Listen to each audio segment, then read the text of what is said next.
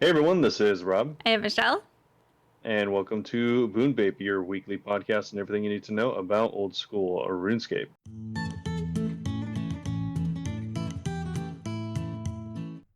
All right, so this week up on the docket, before we get into that, actually, of course, as you can see, we have a little bit different setup than per usual. Yep. So if things go awry or, volumes are off, things glitch, then hopefully we'll notice and make it better next week. So Yeah. As is right now, constant, Robert's literally on mobile. And that's why yeah. you could see he keeps holding up my phone because he's having to use my phone to read show notes. So he could be in a different Yeah. room. I was like, I Yeah, don't want you guys to see so the phone and think he's like just on his phone messing around. He has the notes pulled up. yeah, so we are working on stuff. So hopefully this is an intermediate thing and we improve it next week yet again, but no So he keeps promises saying. as per usual. But yeah, hopefully this is okay for the time being. Hopefully the And audio is okay too. Let us know if it's not good and if we just need to sit next to each other.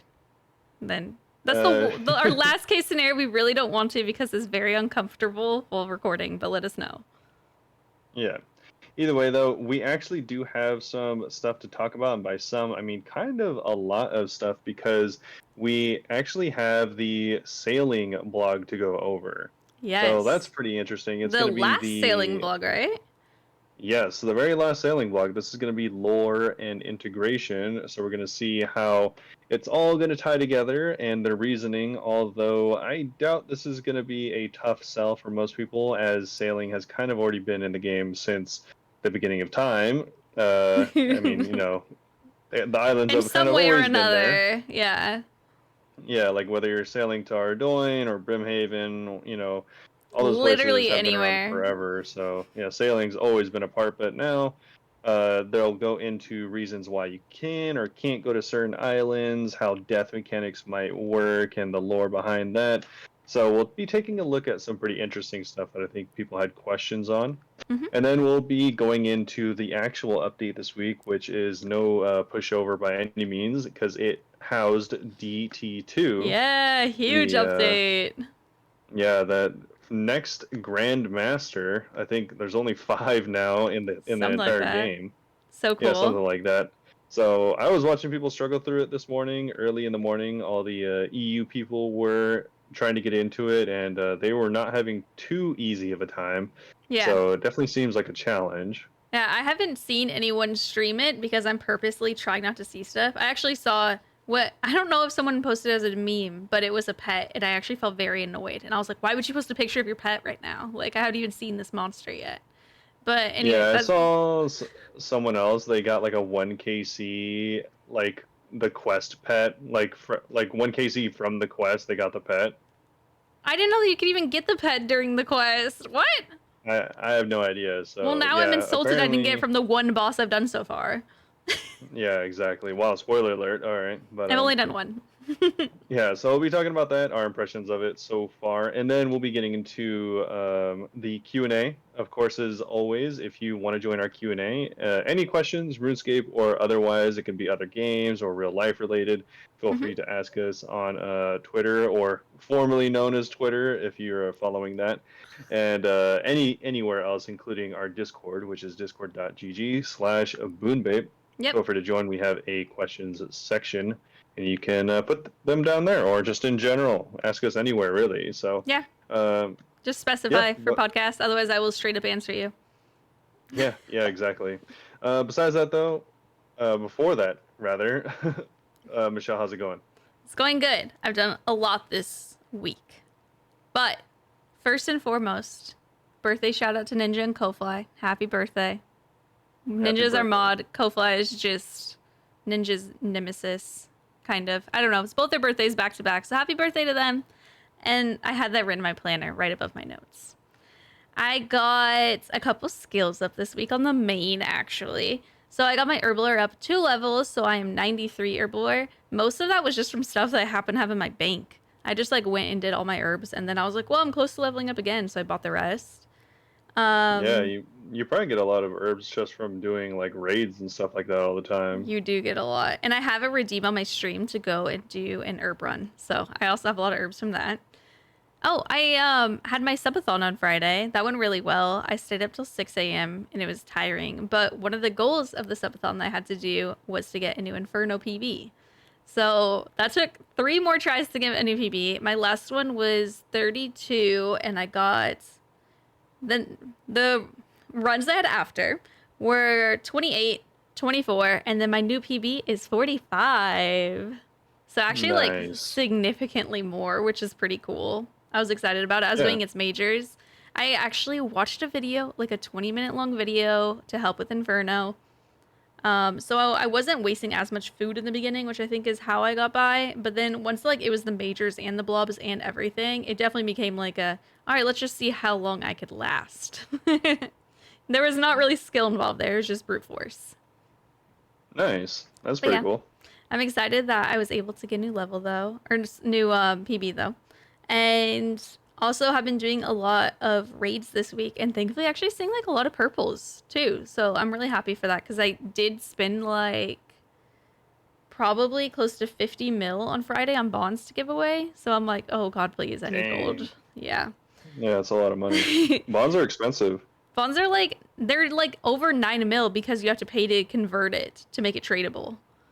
And Yeah. yeah, I gave away multiple, and then also we have our weekly bond giveaways on Discord, and I have to bond up my hardcore. So it was like, oh god, it was just a lot of money on bonds this past week. But that's okay, because I got purples. None in my name, but we saw back-to-back fangs, 2 fangs in a row, and we got 8 mil from each of those.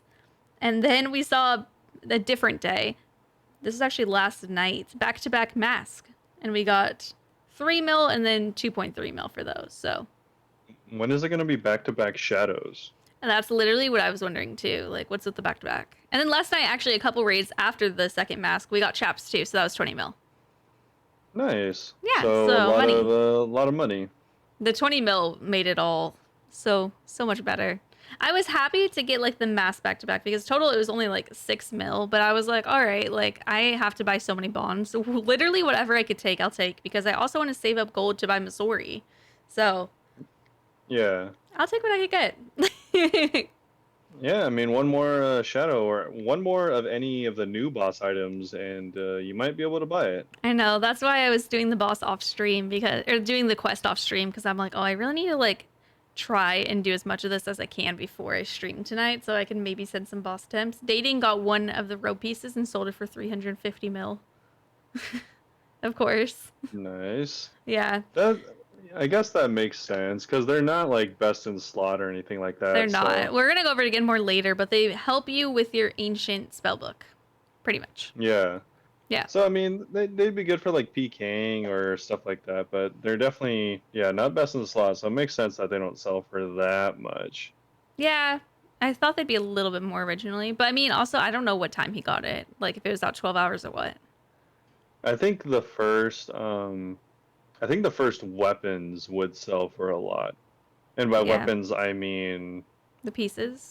just the axe because the pieces aren't sellable. I think you have to Oh, combine them in order to sell the axe. I So I don't think the remember. axe is going to sell for a lot, and I think the rings are going to sell for a lot. Yeah, we should look it up whenever. We're probably not going to get to the DT2 until the second part of recording this. So we could look that up and let you guys know like how much Yeah, they sold for if you remember. But yeah. yeah, I've been doing the quest on my own, mostly guideless. I looked up what items I need to bring with me because I'm not so wanting to try to do my own that I'm like I'm just gonna go and run back and forth having to grab more stuff. I was like nope. So I looked at the requirements. There weirdly wasn't many. And I've just been doing like one of the 4. It's kind of like a sub quest line, is how I'll describe it. That each end with the boss. So I finished the first boss, and I don't even know if I should say which one it was or anything. Should I? Or should I keep I it mean, secret? I don't think it's that big. We already know Okay. all the names of the bosses, so Skip 30 seconds if you don't want to hear. I did the Leviathan, the sea boss. It took me 4 attempts. The first one I tried blindly. The second one I read a little bit and sent it, but died. The third one I tellied out right before I died, and the 4th KC I finally got it. Or the 4th attempt, not the 4th KC. I finally got it. the Um, fourth KC, you finally yeah, killed the boss. it's just a lot of running with the boss, but it wasn't too bad, and I know I'll be able to get used to it. So it was cool. I'm glad to finish it. I'm really liking the puzzles for this quest because usually the puzzles I can't tell. This one, they've made it easy enough that I could do them after a second. Like I still have to take a second, but like I actually am able to do these puzzles without looking stuff up, which feels really nice. I like doing puzzles, they're fun. So like the really hard ones, like Secrets of the North for some reason was really hard for me. I couldn't figure out those puzzles. And there's a lot of puzzles I've done so far in this one, and it's making me feel very smart. I like it. Cool. At least you don't. Have you had to look up any parts? You said Only the boss.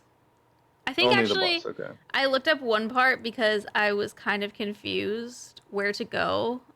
Basically, I needed a key and I didn't realize I needed a key, so I saw that. Oh, you But had to go back to the skeleton. yeah, there's a skeleton I had to get a key from, but I didn't understand that. I thought that the key would be hidden somewhere else. I was just wandering the halls trying to find a key, and then I looked and they're like, "Search the skeleton," and I was like, "Oh, that's all I thought of Yeah. though, so that's good." Because I know I'm not going totally helpless, but I'm kind of like enjoying just sending it and not having like quest helper on and really trying. Um, Yeah. That's cool. Another thing I did this week on the hardcore, I've been making a lot of progress. I got my range up to 30 because I tried to do Lost City with one range and it did not work. Couldn't kill a single zombie in over 10 minutes. And yeah, I'm working on that so I can get fairy rings unlocked. And then I think I'll go to another mini game. But I opened up my 100 Winter Talk crates and I'm super hyped about that. I didn't get anything Yeah, you got too 7 crazy. dragon axes, right? I wish I got Dragon Axe. I'm excited because I got a couple of the Pyromancer robe items, and then I got the Tome of Fire. So I was like, oh, Tome of Fire is nice. So I'm excited about that. Someone else in our group, Shershi, she got the entire rope set, a torch, and the pet. And I was like, oh my god. The Yeah, only thing pretty she's lucky. so lucky. The only thing she's missing is the Tome of Fire and the axe now. And I'm like, goodness. But we still have 3 more Yeah. people who are going to open up 100 chests, so. It's funny because it's cool, obviously, to get all that, but I was just thinking the whole time, I was like, man, I would definitely way rather get the Tome of Fire. It is so incredibly strong early on. Everyone's saying that, but I never used the Tome of Fire really on my main. Or if I did, I don't remember. So it's just been sitting in my bank. I need to just put in shared so anyone could use it. Because I don't know if it exactly works like this. I remember someone told me it works like this, but because I had only ever used it on my main, so on my main, whenever I used it, I bought burnt pages, Mm-hmm. so I never experienced this. But someone told me that you only need burnt pages if you want the Tome of Fire to count as a source of fire runes, Oh, it can still and be a if shield? you what? Never mind. Okay, maybe I'm totally misunderstanding. What? No, It it's like not it a can no, shield. it can still be an offhand without those. That's what I meant, not a Yeah, shield. so someone told me Rude. that you can. This was a long time ago. Someone told me that you can potentially still use the Tome of Fire to give you the 50% more fire damage on spells, Yeah. even without it being charged. And so, if that's true, even if that's not true, it's still really good. But if that's true, then it's really, really good. I'm looking right now and it gives you like +8 magic when it's empty. Oh, Oh, really? but then That's it it? says the same thing for charge, so I think I'm misunderstanding. Oh no, it's the same Yeah, it's benefit, a just no special. fire runes. Okay, yeah. So yeah, it's actually insane. That's weird. Yeah. So it's just 50% more damage, even without the charges. Oh no, never mind. She's a silly Billy. Casting fire spells with a charged tome equipped will increase the spell's damage by 50% and consume a Oh, okay. charge. It only applies to the standard spellbook, etc., etc. Sorry, misunderstood. Okay. Yeah, my bad. Well, anyways, it's It's still like I said, +8 offhand. yeah, it's still really good because I mean, you'll get a lot of charges anyways as an Iron Man because obviously you do kind of a lot. So Yeah. yeah, but yeah. So I was like honestly would have been kind of. I was telling Michelle whenever she was telling me about this. I was like, I kind of would have been sad because one, the Firehawk is the same drop rate as the Dragon Axe, and on an alternate account, uh, pets are pretty useless. So I feel like I uh, know that the Dragon X is technically more cool, but I thought that the pet was the coolest because I don't have it on my main. So I was just like, ain't no way. And you saying it's as rare as the Dragon X makes me extra like, ain't no way. Because she got it like only like 50 crates in. yeah. It was cool. So It she was very got cool. it at 1/100th of the drop rate. Pretty Something like good. that. Or 1/1000th. No, I've got that wrong. Oh yeah, it's just a 50,000 pet, dude. And the drop rate Crazy. is so rare. Yeah, that was really cool. That was I exciting. was kind of I was surprised. Well, not really surprised, but it's kind of interesting that she got that and the entire outfit, but no Tome of Fire. I think the Tome of Fire is one out of like I wanted to say 1 out of 500, but I feel like it's like 1 out of 1,200 or Yeah. something like that. And I'm just misremembering. I was jealous that she got the entire outfit because I only have the 2 parts and I have now gone above 10 hit points. So whenever I go back, I will be taking damage unless I'm wearing warm clothing. When you're at 10 hit points, you don't really need warm clothing actually because it can only max at you 1. So I Yeah, was a little jealous of that because all I have is like gloves. But it's okay. And the yeah. Bruma Torch too. The Bruma Torch is really nice to take everywhere. It's really nice also because then you don't have to carry a timber box either. Yeah, exactly. I went to the Lumbridge Swamp with a candle and a tinderbox as well, and I was telling Robert how I feel like this is very bad for people with like bad vision, but they have like caves like that you have to have a light source. They have it darker the worse your item is. So I like couldn't even see the walls all the way. Granted, it was also the middle of the day, so like it was bright in here. But still, I was like, bro, what I wouldn't give for a Bruma Torch right now, so it's a little bit brighter. I was dying. That's funny. I never use the Bruma Torch for things like that. I use it on my main all the time. Anytime I do clue scrolls and have to go somewhere dark, I take it. I Yeah. think well I only had my iron, which I would just use the candle. I actually never I have a room of torch on my iron. I wouldn't use it then. I would just still use the candle in like the lantern. That's funny. Yeah, it's So brighter if you use the Bruma Torch, I think. yeah, probably it's probably a lot better idea. And also I'm guessing if you fall in the water, it doesn't completely destroy your Yeah, torch like it does the lantern. it's fine. It's forever lit. That sounds funny, like a Yeah, party. Forever lit. something that's like I have thought, and also I've seen people bring up is how it's like weird that the Bruma Torch can't be in your offhand, so you can use a Dragon Axe in your main hand. Like it just seems like an offhand kind of weapon. That is, yeah, I feel like that's true. I would agree with that. Because why would you even need it to hold as a weapon? Like, Yeah, you do exactly. just Like like swipe it? I don't, it's you just can't like a do that. weird. I feel like maybe if you had like the Corinne like diaries or something, that should like be a part of the diaries, because I mean I don't know, it just feels like it would make sense that way, but No, I totally and they'll agree. they'll never change it, but it makes sense. Yeah. Another thing I did was open up 101 medium caskets on my main. So I got the 400 done. So I got a clueless scroll. I didn't know what I'd get. You just get a special reward when you finish 400.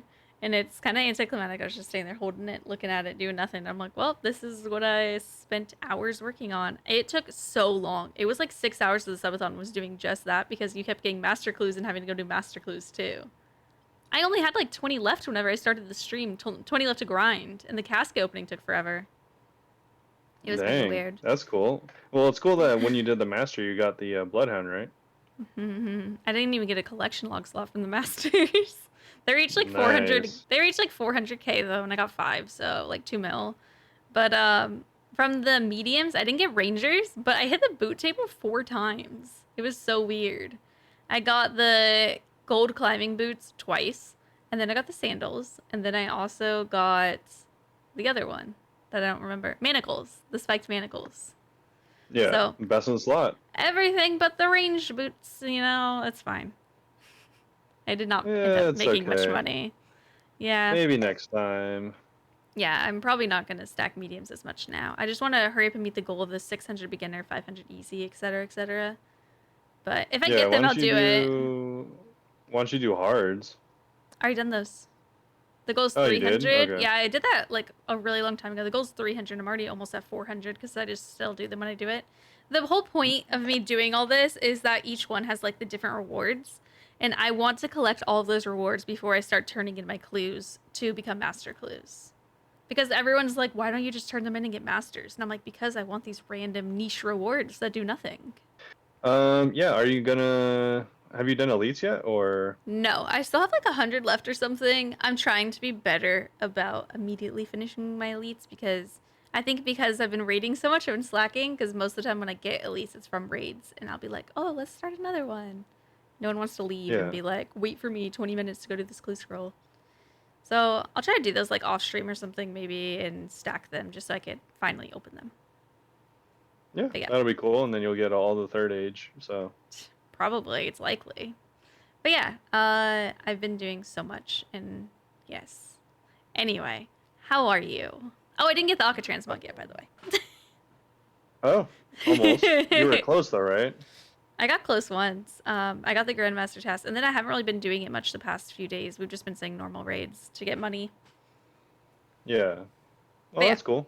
I have not been up to a ton. I've just been running laps. So, yeah, really, I'm up to like 250 or 60 laps at Falador. So, just still running laps. I mean, I don't know to say it's not a super exciting part of the game. Just running laps. I hadn't like I considered like getting a bunch of regular logs to do some fletching while running laps, but honestly, I can't be asked to like go back there and then take the boat back to Ardoin or yeah. Salador or wherever I'm going. So it's like kind of annoying because I wish I could be doing something else, but it just seems like it'd be better to just stay here until 60, which is pretty close. I think I'm like 56 or almost 57 now, and so it's Well, just 3 more levels. I didn't play as much as I wanted to, or I'd probably already be 60. isn't your whole thing just playing however you want? It doesn't have to be efficient. So what I'm hearing is you Yeah, should but just leave. I wanted to be efficient. Oh, okay. In So, this regard, yeah, because I wanted to do something else while doing rooftops, because rooftops are pretty boring. So, they are. I wanted to do other stuff, but I didn't just really didn't get to it because Mm-hmm. the other thing I was doing over the weekend was playing Diablo, even though I had sworn it off. Such a love-hate relationship between you and Diablo every week. No, it's really just a hate relationship. Like it's But you keep just going back. It's toxic. I try to give it so many chances because I have friends that like it. They tell me it's fun, and I'm like, oh, surely the new season will be fun. I didn't think that, but I Mm-hmm. like hoped that I was wrong, and so I played it, got to level 72, 73, something like that, and yeah, it just sucks so much. The game sucks so bad. I talk every day about how much it sucks, and it's funny Yeah. because another friend that we play the game with, I told him these problems, and then after having played it, he's all like, "Yeah, this game honestly kind of like sucks." And so he actually, for the first time in like a long time, started playing Path of Exile instead. Oh, that's what you've been playing a little bit too before Diablo, right? Or on and off. Yeah, I play that like from time to time, and so he actually logged on for the first time Hmm. randomly into the hardcore league, which is where Oh, I usually play as well. yeah. And so I thought that was really funny, but it was funny because like he was streaming it, so I like watched him play a little bit, and I would like tell him like these because the game is like really in depth in certain regards, and Mm-hmm. because in hardcore I don't, if you don't make it far, you just get to like level 25 and die over and over again, which Yeah. is kind of how you learn if you don't like I don't know research I guess how to play the game. So It's like I'm RuneScape. really familiar. Yeah, I'm really familiar with like the first 40 levels. So I know like all of the exact quests to do. I know like small things like, oh, you shouldn't equip your chest piece until like level 7 or level 10 because it gives you like a 5% movement speed reduction. Like it's like really small like things like that or So you're like able to help them out. yeah, it's funny because I was telling him some of these things and he's like, dude, why do you know like these really weird little facts? And I'm like, that's just like I don't know. This You is have too like much stuff you pick up. time to play those I, games. Yeah, I've never made it to level 100, but I have 800 hours in the game, which is not a lot Oh my in god. Not a comparison to like lot? it's really in this game it's really not. I've That's never so even made funny. it to level 90. I've made it to like level 85 as like the highest and I usually die. That's 33 days So, in game. Which, to be fair, I mean, compared to RuneScape, that's nothing. yeah, what's crazier than that is I have what is it like 4 times that much in Counter-Strike. Oh my god. So, yeah, kind of crazy. Say, we And yeah, said, get a life. loser. But Anyways, besides that, I was playing a little bit of Elder Scrolls and Diablo, but really it was just those two games, like in between them, and then started a new Path of Exile character. So maybe I'll play that instead of Nice. Diablo because I'm actually I was trying to bring myself to finish the battle pass. I was telling Michelle about this, but there's Yeah. only 3 more levels until I'm done with the battle pass, and I couldn't bring myself to do it. He didn't Honestly, it even was like, want to. He just felt like he had to. yeah, I hated it. So I'm honestly probably not. I'm actually not going to play that game for You a say this while. And every week, dude. I can't wait till next week to hear if you play it or not. no, it's because the week before I had legitimate reasons. The week before Okay. I was trying to like it, And then and this then week the was a week battle after that, pass. this week was the new season. So I was like, Alright. oh, maybe the new season will be interesting. But the next season won't be for 82 days. So I'm not going to play this game again unless they make like huge. If they, I'm reserving if they make huge changes, then I'll go back and try it. But until the next season, even if even if the next season doesn't, if it looks really good, then I'll try it. But if it just looks like more of the same, just boring stuff, then I might even skip that too. So Okay. I'm still looking yeah. forward to next week to see. Yeah, I mean, we'll see. We will see. But I mean, if I get into playing Path of Exile, then probably not. Yeah, So, you do oh get well. addicted to your games when you play it, which same. Yeah, that's how it goes. Addiction, Hmm. truly unfortunate. Besides that, though, not too much. So we can probably move on to the actual, not the patch notes, but the sailing blog that we are going to get into. Yeah. Um, s- If it looks, oh, sorry, I was going to say if it looks like I'm looking down, it's because I have the notes on a phone here. So, yeah, I am looking at them. So make sure to keep that in mind. But yeah, did you want to kick off the sailing intro? yeah. I'll also say if it looks like I'm looking down, it's because I'm holding a little fidget spinner. Because sitting here, I have a hard time doing that. So sometimes I look Yeah. at it. But Anyway. oh, I was gonna say also before we get into it, they actually did have a YouTube video that pretty much summarizes this entire thing in just a quick 7-minute video. I actually think they did a really good job. I think it was Mod Gnome, which I've never heard speak before, Okay. but I didn't watch the video. yeah, yeah, I think it was done really well. The only problem I had with it is that Mod Gnome pronounces iron really weird. Iron. Yeah, literally, Wait, actually? You do it unironically, that's how ironically. they say it. Yeah, I do it What ironically, if they're doing it as a but prank? How do we know it's not a meme? I don't know, and it's also interesting because they're not English, which is also Oh, kind of weird because I'm pretty sure Jagex is like they like a are. UK based company. Where So, are they from? oh, they're just from the United States, I'm guessing. They Oh, sound they're pretty. American? They sound standard American. So Oh, that's funny. yeah. So, So yeah. and they There's like say armor I with a U, and then we also pronounce iron over here, so. yeah, they talk about Iron and Iron Mans, and I was like, So, I what is refuse to believe that happening? that's not a joke. I need to go listen to that now. I Yeah, so refuse check to out the video. believe. Besides the weird pronunciation of Iron, it's a pretty good video. Cool. So I'd recommend checking that out. Also, obviously, quick disclaimer before we get into this: this is really long patch notes. It like goes on for like ever and Wow, ever. having It's the still phone is a going. good prop to show this. Yeah, so it is very long. Like as always, we are not going to cover the entire thing. We're just going to go through the cute little diagram, which you Gentle can go check out Tractor, on thanks their. again. Yeah, Gentle Tractor is the go-to for all of the little diagrams that we're going to go over. So we're going to go through that and give you the gist of everything that you are probably going to want to know. Mhm. But if you are one of those people that likes to know everything, then that still exists as well. Yes. There's actually one thing too after we do the little graphic that I'm going to mention as well. But anyway, Okay. so we are back with our final sailing refinement topic. We've learned how navigation will work, how you'll train the sailing skill, and the rewards for training it. Our last topic is all about how sailing fits into the wider world through integration with existing systems, lore, and other skills.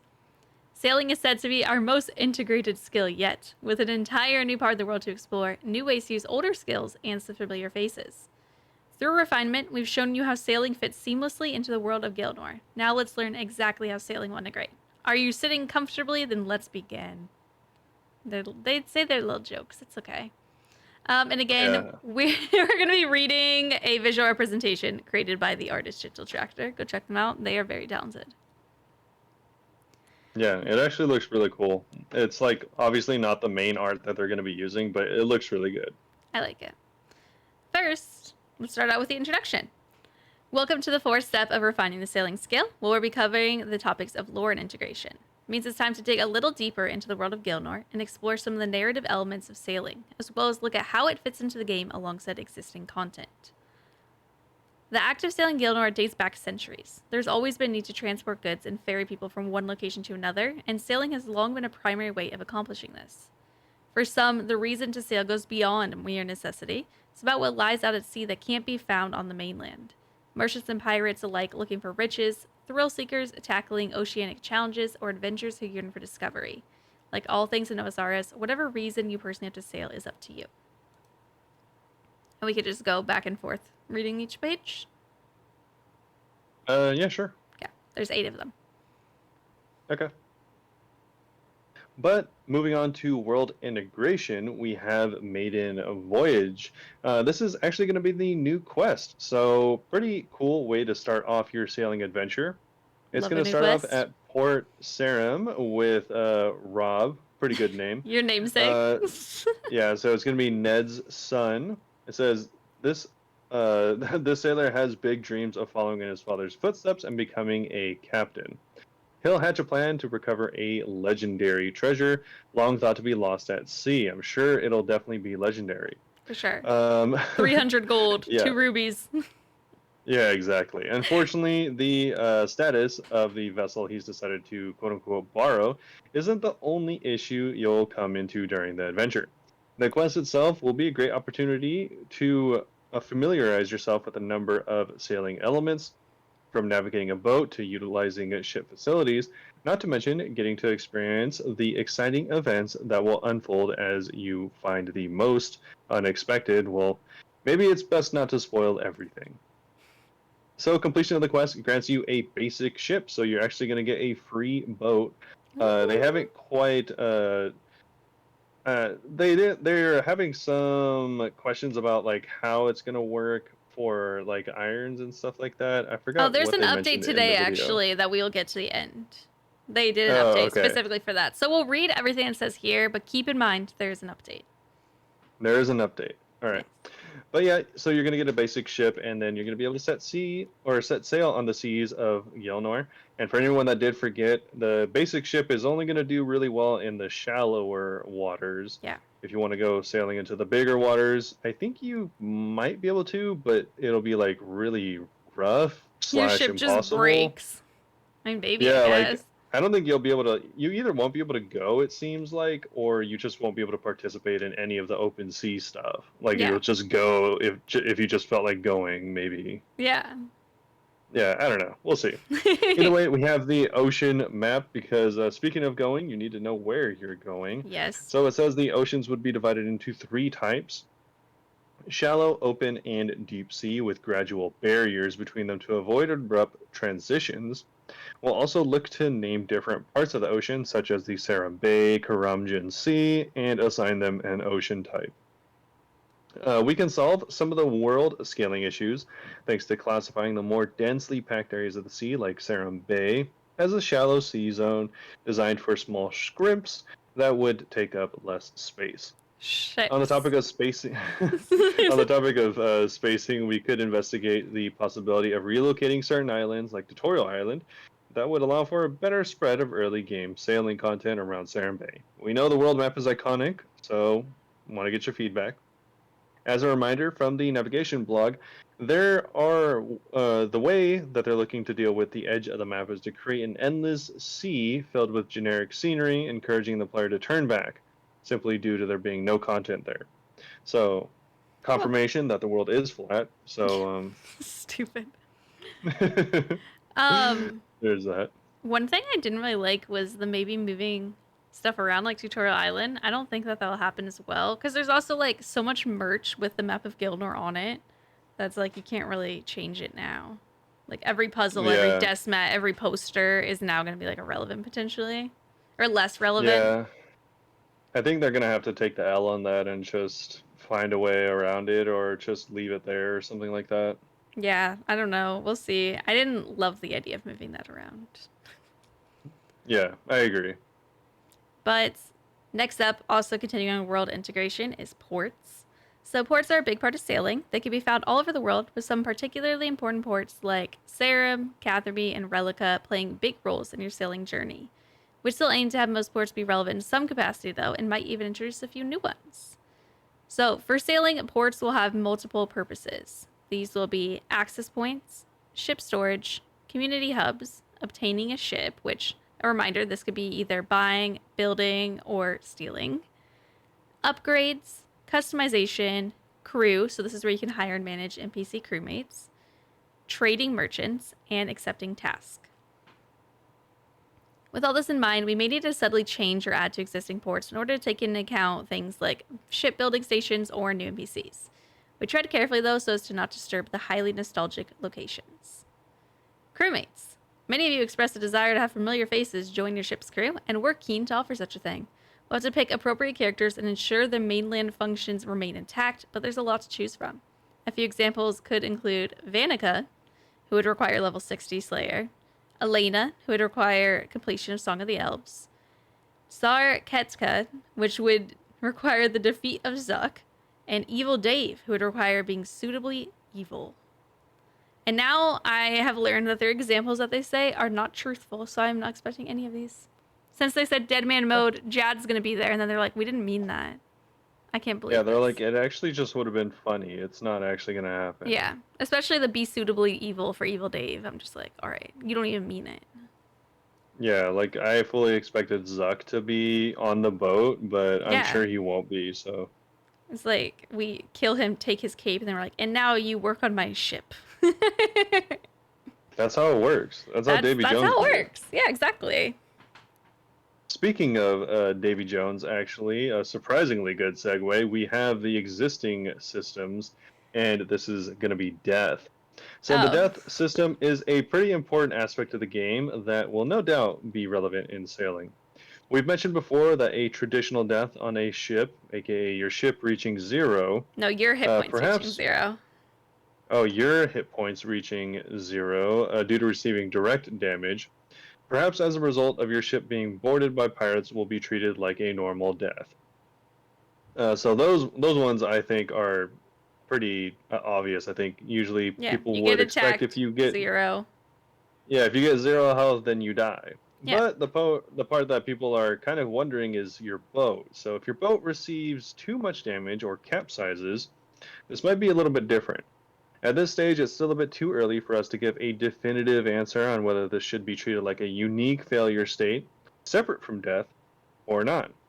It's something we'll have a clear image of once we get to play around with how it feels to control a ship and engage in ship combat, as well as waiting to hear more of your thoughts and preferences. So, yeah, I think that's generally a good take, because I think if your boat like capsized because something crazy happened and maybe you don't know how it works and your character just died, that would suck really bad. I'm a big fan of what they do like in Quest sometimes where it capsizes and then like in the chat it'll be like you somehow find yourself on land. Like you barely Yeah, survived or something like that. Something dramatic, like your ship's gone but you're alive. like you swim to shore. It's like, Yeah, okay. exactly. Um, and for Iron Man, we have, much like the death system above, whether or not hardcore or group hardcores will lose their status in the event of a ship capsizing. Um, this is going to be something we investigate further into development and get feedback from you all. I honestly, as a recent hardcore, think this would be kind of lame. Um, I don't Mostly think because it would just make me not want to do like a lot of dangerous stuff in the ocean I think it should be unless like like, everything else. It's your hit points, not your ship. yeah, I could see that. I think it would depend. Like if you can take ship damage from like racing and stuff like that, that would suck. I That guess would that'd be be like lame. that'd be the equivalent of not actually of how you got chanced almost earlier this week. Of you not paying attention to your health and you keep falling off your rooftop course so much that you die. Yeah, Which almost happened to I you. mean, I guess that's true, but also, I don't know. I Oh, guess I that's don't want fine it. I if don't there want it. I'm just was. comparing it. I think it would be fine if there were decent enough ways to heal your boat. Because the difference between that and me getting chance falling off a roof is that I had cakes. Yeah, you I could could have just eaten a immediately cake. heal. Yeah, and even full health If you can from just like two. heal your boat, then I guess that would be Or fine. But I don't repair. want to be prohibited or like disincentivized to do things that aren't even combat related just because my Yeah. boat and me might die. It's skilling. I feel like skilling shouldn't come with that much risk to Yeah, train. like if I'm not saying like if I go and try to fight like a giant sea monster and die, like that's messed up. Like no, like it's kind of obvious that's Yeah. you will die doing that. So I mostly mean like doing other stuff. Like if you capsize randomly, I don't even know what would cause that, but if you capsize and then are dead, like that would be pretty lame. You're done. That's all there is.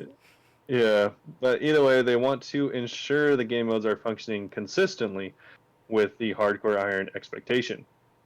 This also leads to the question, should Iron players in general be able to board someone else's ship? This is actually pretty interesting. That should mean that Iron Men could quite literally be carried to where they need to go, being able to bypass content on the way. I will say this is Um, what there's an update on. This specific thing. Should I just say it right now? yeah, Yeah, so the update is basically saying that you are going to be able to sail with your friends. They said Iron players with self-sufficient should be still allowed to join on sailing adventures with their friends. We're happy to change this decision so Iron players can indeed sail with others.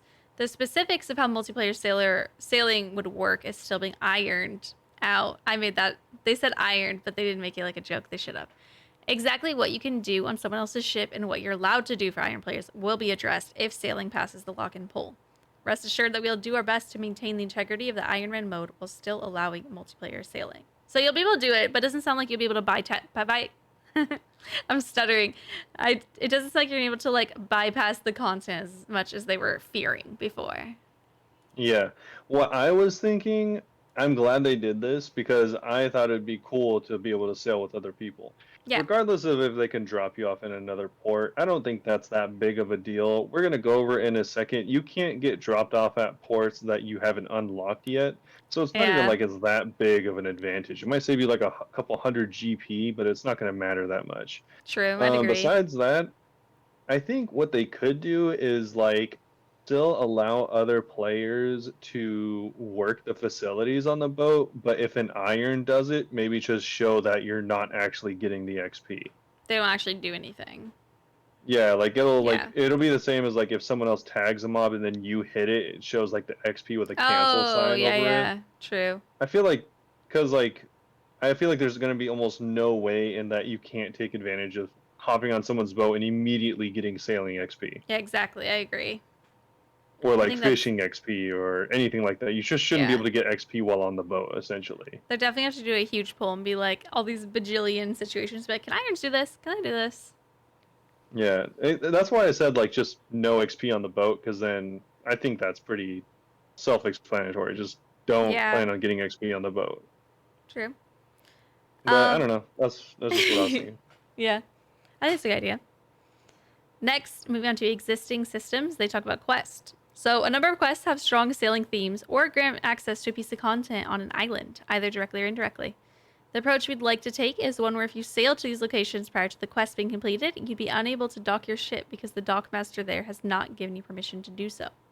Some locations may have more thematic ways of ushering the player away, including lunar diplomacy, like maybe the Moon Clan mages teleport you away, cabin fever, the pirates fire their cannons at you, Monkey Madness 2, the monkey archers shoot arrows at you, and my favorite, Dragon Slayer, Elvarg would breathe fire down at you. I'm assuming all this wouldn't be deadly. It would just be for dramatic effect, but I like No, that. you die immediately. Can you imagine being on a hardcore, sailing in the wrong direction because your map's upside down or your compass is upside down, and just dying like that? It's like, That'd be is funny. that tutorial island? It's like you have spawned in deaths often. Right? That's funny. Some might need a specialized facility or knowledge gained through completion of a quest. So an example would be Island of Stone. You complete the Fremennik Exiles, so you'd unlock a reflective figurehead to protect you from nearby basilisk. I really like the drawing for this, actually. It looks cool. It's like a serpent with its mouth open, but it's a mirror in the mouth. For a few quests, we'd like to go so far as changing certain sequences in the quest itself to both improve the gameplay and bring consistency with sailing. So, an example, during Bon Voyage, they'd remove the bespoke and somewhat difficult to use sailing interface and allow the players to physically sail the Yes. ship using the sailing mechanics instead. Yeah, please do that. Thank you. Yes. During Cabin Fever, change the ship battle sequence to match the core gameplay flow of using ship facilities within the sailing skill. In addition to these quest changes, we look to retroactively offer some sailing XP lamps to a number of strongly sailing related quests, including these above two.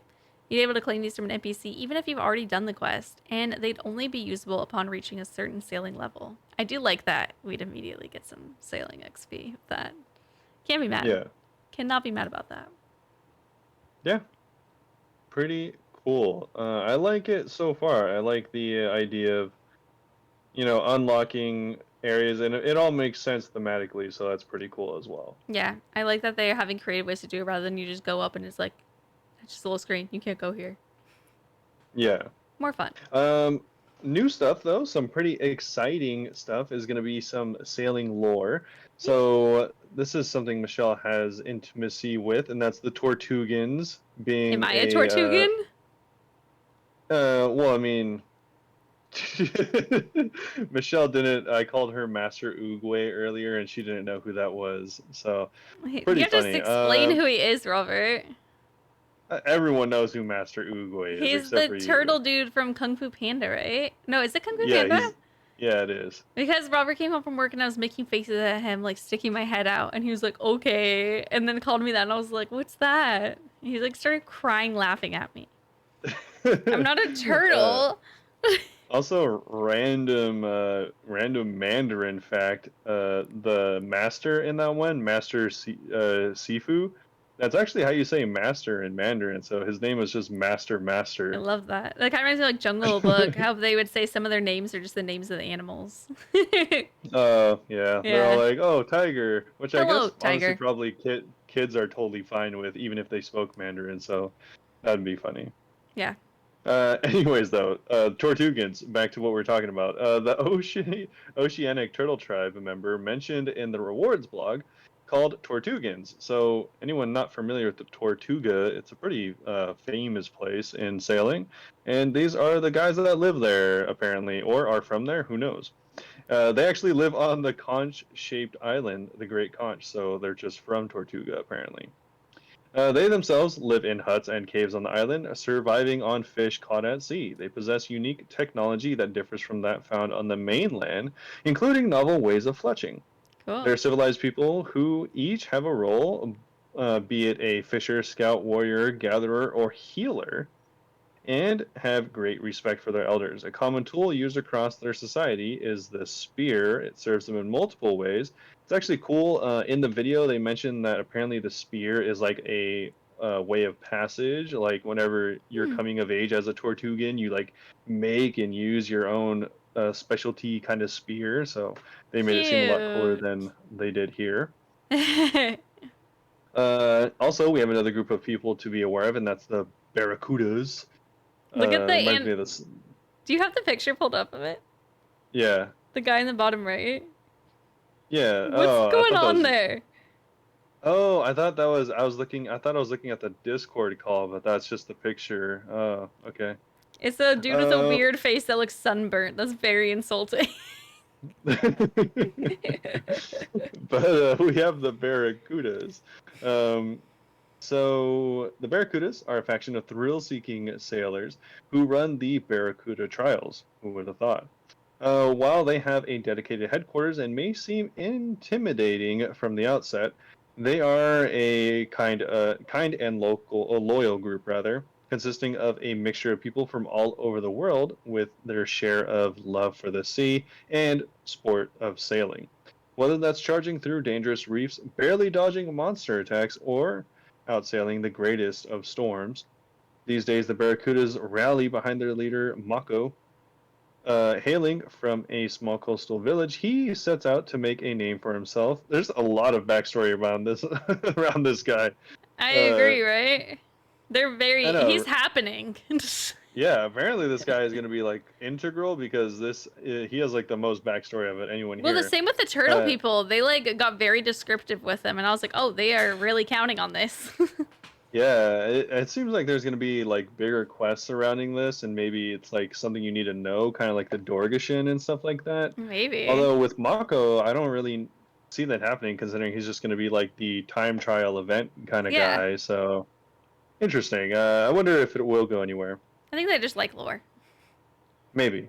He does say that he's seen as the father of the group, ensuring everyone sticks together and learns what they can from sailing strategies to shipbuilding techniques. Perhaps you've already met some current or former Barracuda members in games, such as Captain Syed, who has an unexplored history with sailing. So that's kind of cool that they're kind of integrating that with other characters already in the game. Yeah, you're like this guy that I talked to years ago in a quest. You're like, I'm in a gang, by the way. We're called the Barracudas.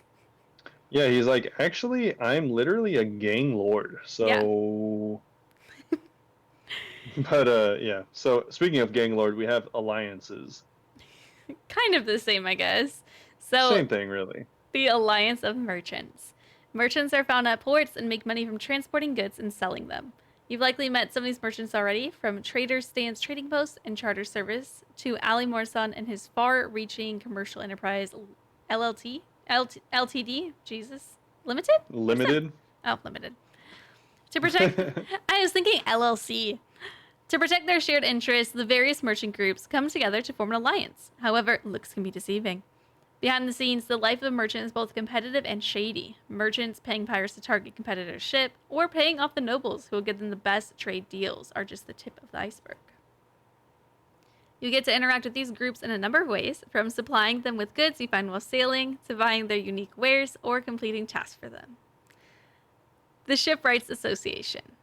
The Shipwrights are a group of industrious craftspeople, and you look like you're laughing and it's distracting me. I'm just smiling. I just keep seeing. Usually we're sitting side by side, so if Robert smiles at something I'm reading, I don't know. And seeing you smile, I'm like, what am I doing? No, I was just smiling. Okay, it freaked me out. That's why I'm Anyway, always look. That's why I always look sad. If you smile, you scare Michelle. no, if you smile, I'm just like, are you laughing at me? Yeah, she's really secure in herself. It's nice. The Shipwrights Association. The Shipwrights are a group of industrious craftspeople and some wizards, some gizzards, if you will, providing services to the seafarers of Gilnor at a cost. After all, helping out adventurers is a lucrative opportunity. They provide all manner of different services, including ship retrieval. So if your ship is docked at another port or abandoned at sea, you can pay the shipwrights to send out a recovery team for it. If your ship capsizes, the shipwright wizards will recover it, though it'll also need repairing afterwards. Ship repairs, speaking of. If your ship takes too much damage or capsizes, facilities can break and will need repairing. You can do this yourself with the right resources and construction level, or you can simply pay the shipwrights to repair for you. Facility construction. Basic to mid-tier ship facilities can be built by shipwrights, should you lack the desire or construction level to make it, so this will be like me. Though you'll still have to provide the materials and pay them for their services. Schematic sales. If you want to construct more advanced facilities on your ship, you'll first need to acquire relevant schematics. Some will be sold by various shipwrights around the world, while others are obtained through sailing gameplay. Yeah, Yeah. pretty cool. Not as Sounds cool good as to the me. turtle people, but I mean, like, whatever. Yeah, I mean, speaking of cool, I get to end off on the coolest of notes, and that's going to be the oceanic predators. Okay, I don't think these are as cool as the turtles, I'll just say it. Yeah, this first one is a griffin eating a turtle, so it's definitely cooler. Did you see what the little crab says in Uh, that picture? no, what does it say? There's a griffin carrying away a turtle, and then there's a little crab on a rock that says LMAO, see a turtle. Like, Damn, that's he's actually about to really get messed up. killed. He's gonna Yeah, die, and the last thing he hears is someone laughing at him. yeah. Tragic. Well, that's okay. He's next. We have griffins.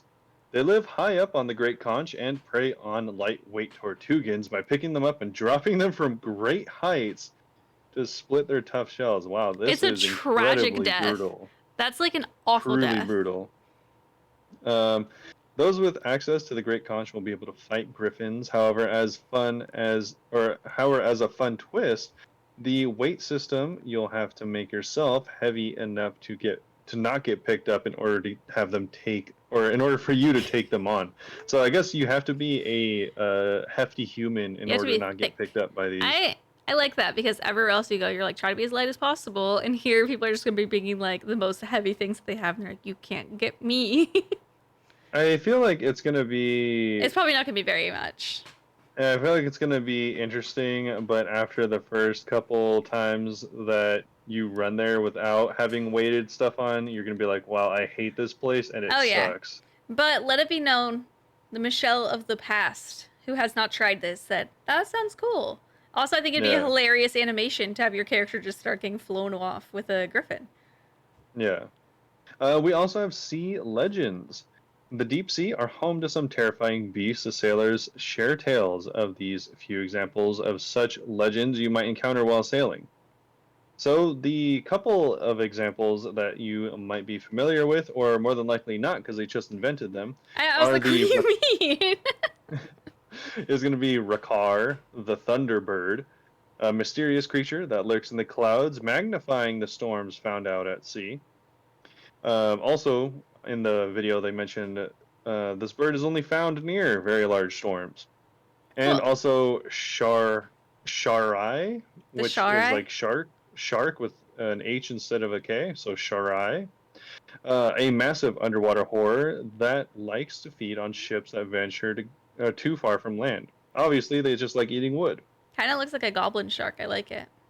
It does look exactly like a goblin shark. Goblin sharks are The crazy. They're just in the ocean, Robert. They're just out there.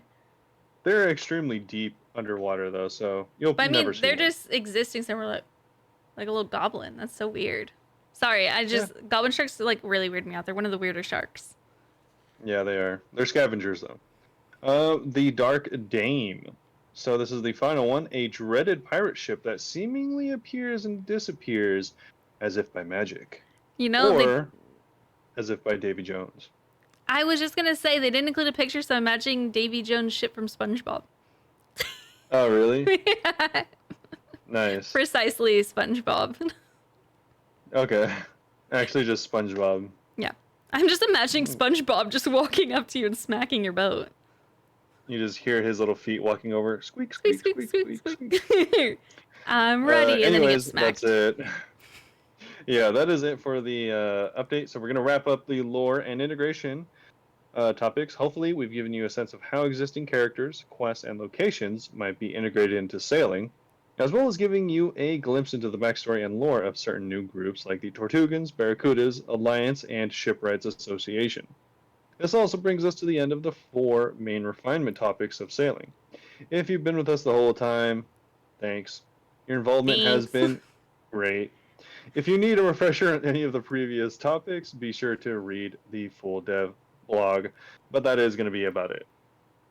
So, overall, what are your thoughts on the Tortugans and everything else? I think that it all sounds fun. Very cool. I I'm okay, they're gonna have a full summary blog come out soon along with like the lock-in poll. I am gonna wait. I may be so wrong because I'll wait till I see the summary blog. But right now, it feels like we don't know enough. It feels like we Oh, should know really? more. But I don't Like know if what? that's just because it's been so long since like they've started slowly saying all these. I don't know. I just still can't really imagine it that well. You don't But know? What do you think you're missing, though? I don't know exactly. So that's why I think it might just be like I still just don't understand how it will work. I need to go back and watch this scaling thing on it, but it's just like I don't know. We after you say your thoughts too, we have like you're gonna have to look because you're on my phone. Wraith sent me like 5 bullet points on why he's not down for sailing. I'm still down for sailing, but he does make some good points. But what do you? Before we get to Yeah. that, what do you think? So, I guess to your point, they still haven't fleshed out exactly how you'll be getting sailing XP. I mean, you're gonna get it from like going around and doing like quests and stuff like that, but I don't know. It seems okay. It's not I'm no not like shamanism. super. Yeah, I'm not super excited about it. It's kind of just like what I expected, but it's honestly not a lot of content. Like it seems like they've integrated like some cool little spots for like quests and stuff like Mm-hmm. that, but not really like I don't know, it feels like they haven't really done a lot with the skill itself, and it feels more like it's a vehicle for other things I could see that. than it's its own thing. Yeah. Where like because you're gonna be like the things that like I and other people are getting excited about are like meeting the That's Tortugans what and I'm stuff the like most that. excited about is turtles and new pets. Like, Yeah, where it's that's like the main thing. I don't know how that relates to sailing. Also Yeah. killing big monsters, which is probably That's just seems more normal like a bossing. Slayer thing. That's true. Yeah, that seems like Slayer or bossing, and then you have like fishing, which is, fishing, and then you have like all the crafting stuff, which is cool, all the mining stuff, which is cool, but that's like those are different skills and like I guess yeah, sailing just really feels like a vehicle. It doesn't really feel like I'm excited about sailing. I'm excited about the things sailing could get me to do. I kind of agree with that. I don't know. I'm excited for them to put this full summary blog out because I'm wondering, like, if maybe reading it all together will kind of like make me excited. Because as is now, I feel the same where I'm more excited about like the turtle guys and stuff like that than I am about there being a new skill. I'm excited about new Yeah, areas. But I mean, to be fair, would I be excited about any new skill? I don't know. I don't because I'm know. thinking about the gameplay loop because they said their gameplay loop is going to be like you going and doing stuff that was other skills. Like unless I'm mistaken, they're all like, oh, you go and like explore these certain areas that are one time explorable, and Oh, then yeah. Some of it reminded me a little bit of getting favor in Corindomos. Because they're yeah, like, and it's then a like one time thing that you could do for XP. yeah, and then the other one's like you go and like you go get shipwrecks, which just seems kind of like I don't know, kind of lame. I don't know. Like I guess overall, I don't really mind it as a skill. I definitely do not see it failing the confirmation poll. But yeah, overall I'm not excited about it as a skill. It's I honestly pretty lackluster as a skill. I I still just feel mostly I'm excited for the things that's gonna bring. But I'm hopeful that I will like it. As much as I could like a Yeah. skill. I hope it's just like Yeah. my bad imagination that's keeping me from fully being excited. Because yeah, the things whenever I think about sailing and oh my god, I can't wait for sailing. Now I immediately picture in my head Floopa the turtle person. Like I'm just excited for Yeah, like like new stuff like that. that's cool. I don't know. Just it's yeah, it's just slightly underwhelming and I'm not excited for the skill. I'm most excited for like the bossing and stuff like that, the The bossing unique will be events out at cool. sea. Like exploring the ocean will be kind of cool to do the first time, but I'm not like I don't know. I'm not like super excited, but I'm trying to give it the benefit of the doubt because like Yeah. a lot of skills that exist right now, I wouldn't be I was excited just if gonna they say came the out. same thing. Like, if woodcutting came out, you'd be like, "Am I excited to just cut a tree?" No, but all this other stuff will come with it. Yeah, that's I don't know. I feel like that's a poor comparison because like those are like basial skills where this True. one's like So a like Slayer combination would be skill. better, but then like Slayer Yeah, again, like a lot of people only like Slayer because it unlocks bosses. So I guess that the yeah, unlockables are a big aspect of whether or not you like a skill. yeah. I don't know. I think there's still a lot of information we need, I'd agree. but I mean, obviously, I think they said they're gonna flesh it out more once it gets confirmed, but it's hard to confirm it. It's It's like it's I don't scary know. It's like confirming it and then being like, but I kind of want to hear the rest of it first. It's it'd be the exactly how I felt in the equivalent beginning. for me. It's like the equivalent of like this has never happened, but like if someone like showed you a silhouette of a person and was like, "Is this a good looking person?" And I'm like, Oh, yeah, they're probably fine. Maybe not. And and then the they image isn't reveal it, and revealed. it's someone that's just the ugliest person ever, right? Like I don't know. I don't know, man. Like it looks fine, Yeah. maybe until I really see like You would all the like more details of it. info. Yeah, It, like I would need the details. I need it to be more fleshed out to yeah. make a real decision. I agree, but we'll see. Another thing that I did want to add real quick is that they are going to have a sailing guild. So they said this will be a place to go train up and socialize with the other sufficiently advanced skillers, but that is still in progress, like how exactly they're going to be doing it. Their little picture of it, though, is cute. But Yeah. I wanted you to read rates points. I have to have Robert look because the way that we're recording right now, I am screen recording Discord, and I cannot click anything on Discord on the computer. Yes. But yes, read. So I have a few things from Wraith that have been brought up. Before I even read any of them, the my biggest concern going into this is that the sailing portions of sailing I feel like are the weakest part. I could see that. But anyways, going through his 5 points. So there should be some elements of OSRS that never change in an effort to keep it unique and distinctly old school. Skills are one of the few touchstones we have to make the game a familiar experience. I don't think I, this takes away from that, so I yeah, don't think that's a really good point. I'm sorry, Wraith, but I disagree with that one too. There's like one that I was like, kind of get.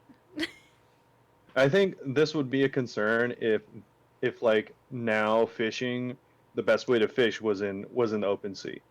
If then it's like if you look dumb for like going and fishing through the trawler or Yeah. fishing through, barbarian fishing, then I could agree and be like, yeah, no one really does or is going to want to do that, so that takes away from the old school experience. But as long as it's still in like a pretty mediocre spot as far as like the other skills that sailing touches, Yeah. then but I do have a fear that one or two of the skilling methods, because this touches every skill seemingly, Yeah. um I feel like one or two of them is going to be too good, and so I guess that is a worry there. But Mhm. in general, I don't see that really being a problem.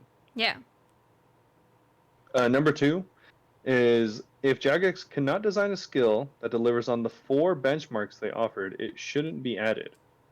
Setting my own criteria aside, I don't believe Jagex can execute a new skill that meets their own criteria. I don't recall what their criteria was. I think that in general, just like I don't remember the criteria exactly either. I knew the other day and I've already forgotten naturally. But I know that sometimes they really miss the mark on their own criteria. Sometimes. Yeah, and I mean, I agree, but this is a classic case of Jagex. Like they've already like stepped over so many of the things they've already outlined for the new skill since having come out with the blog saying that they're not going to step over those lines. Like, Yeah. I don't know, like even going into the idea of this skill, they stepped over those lines. So I don't think they care, even if this is true. Mhm.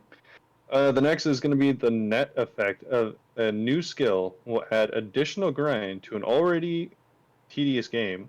For players who spend most of their time skilling, it takes approximately 2,000 hours to max your current skills. For everyone else, skilling is a chore. I'm not interested in spending more time doing low reward activities. Well, I mean, you don't have to do it. Well, I don't know where he put it on there, but one of his concerns specifically was if they're going to update stuff like the achievement diaries to have sailing requirements. Because Oh, yeah. yeah, because then he just like lose that. And some of the achievement diary requirements are very high, like into the 90s. So that's like kind of scary. I was saying on stream because we were talking about this. I feel like I'm weirdly like delusional where I'm just like, yeah, that probably won't happen. They probably won't change it for no reason. I have no reason to believe that, but I'm just like, they haven't changed it yet. I just don't see them changing it again. Yeah, I mean, I could definitely see this, especially for people that don't like skilling or people that are already maxed. But and there's other ways that they could be improving the game as well. But I guess the not that I necessarily agree with this, but like a really good pushback argument is just to like, to what degree do you allow that to like dictate your decisions as as a company? Because then it's like, do you just never add new stuff? It's It's true. like Yeah. you just always revamp what's already there and just continually overhaul what's already there. Because Yeah. no doubt mining could use an overhaul, Mining and for smithing. example. but also to like never add new stuff or to only add PVM stuff because that's what like I don't know what the vocal majority say, because I mean there's probably a really good percent of people that like skilling. There's like, Yeah. I wouldn't be surprised if it was like 30 or 40%, which is a significant portion of players. Eileen and her Um, 200 mil skills come to mind immediately. yeah, or even if you don't like skilling, maybe there's like a sect of skilling. Like you're like, oh, I love hunting. Then it's like, well, I mean, they only added hunting, fairly recently, so it's like Yeah. this could just be the new hunting, but you never know. So Brace, what Robert's I saying don't is keep know. an open mind. Kind of, and also it's like you can't let like not just nostalgia, but you can't let things like get in the way of progress sometimes. This might not be the case. Like I said, I don't feel really strongly about sailing, but that kind of mindset I think is dangerous because then it's like, how do you progress? True. I don't know. Yeah, I kind of agree, but I kind of disagree on that one. Okay. Number 4 is going to be players who are nowhere near close to running out of content will still vote for a new skill just because it's a new toy. If there's no clear need, then we shouldn't wedge additional content into a new skill. I wonder if that's me. Um, Maybe. I also think Was this that is kind of backhanded? really similar to the last point, though, where it's like, I don't disagree, but also that's like a really tough line of thinking. Mm-hmm.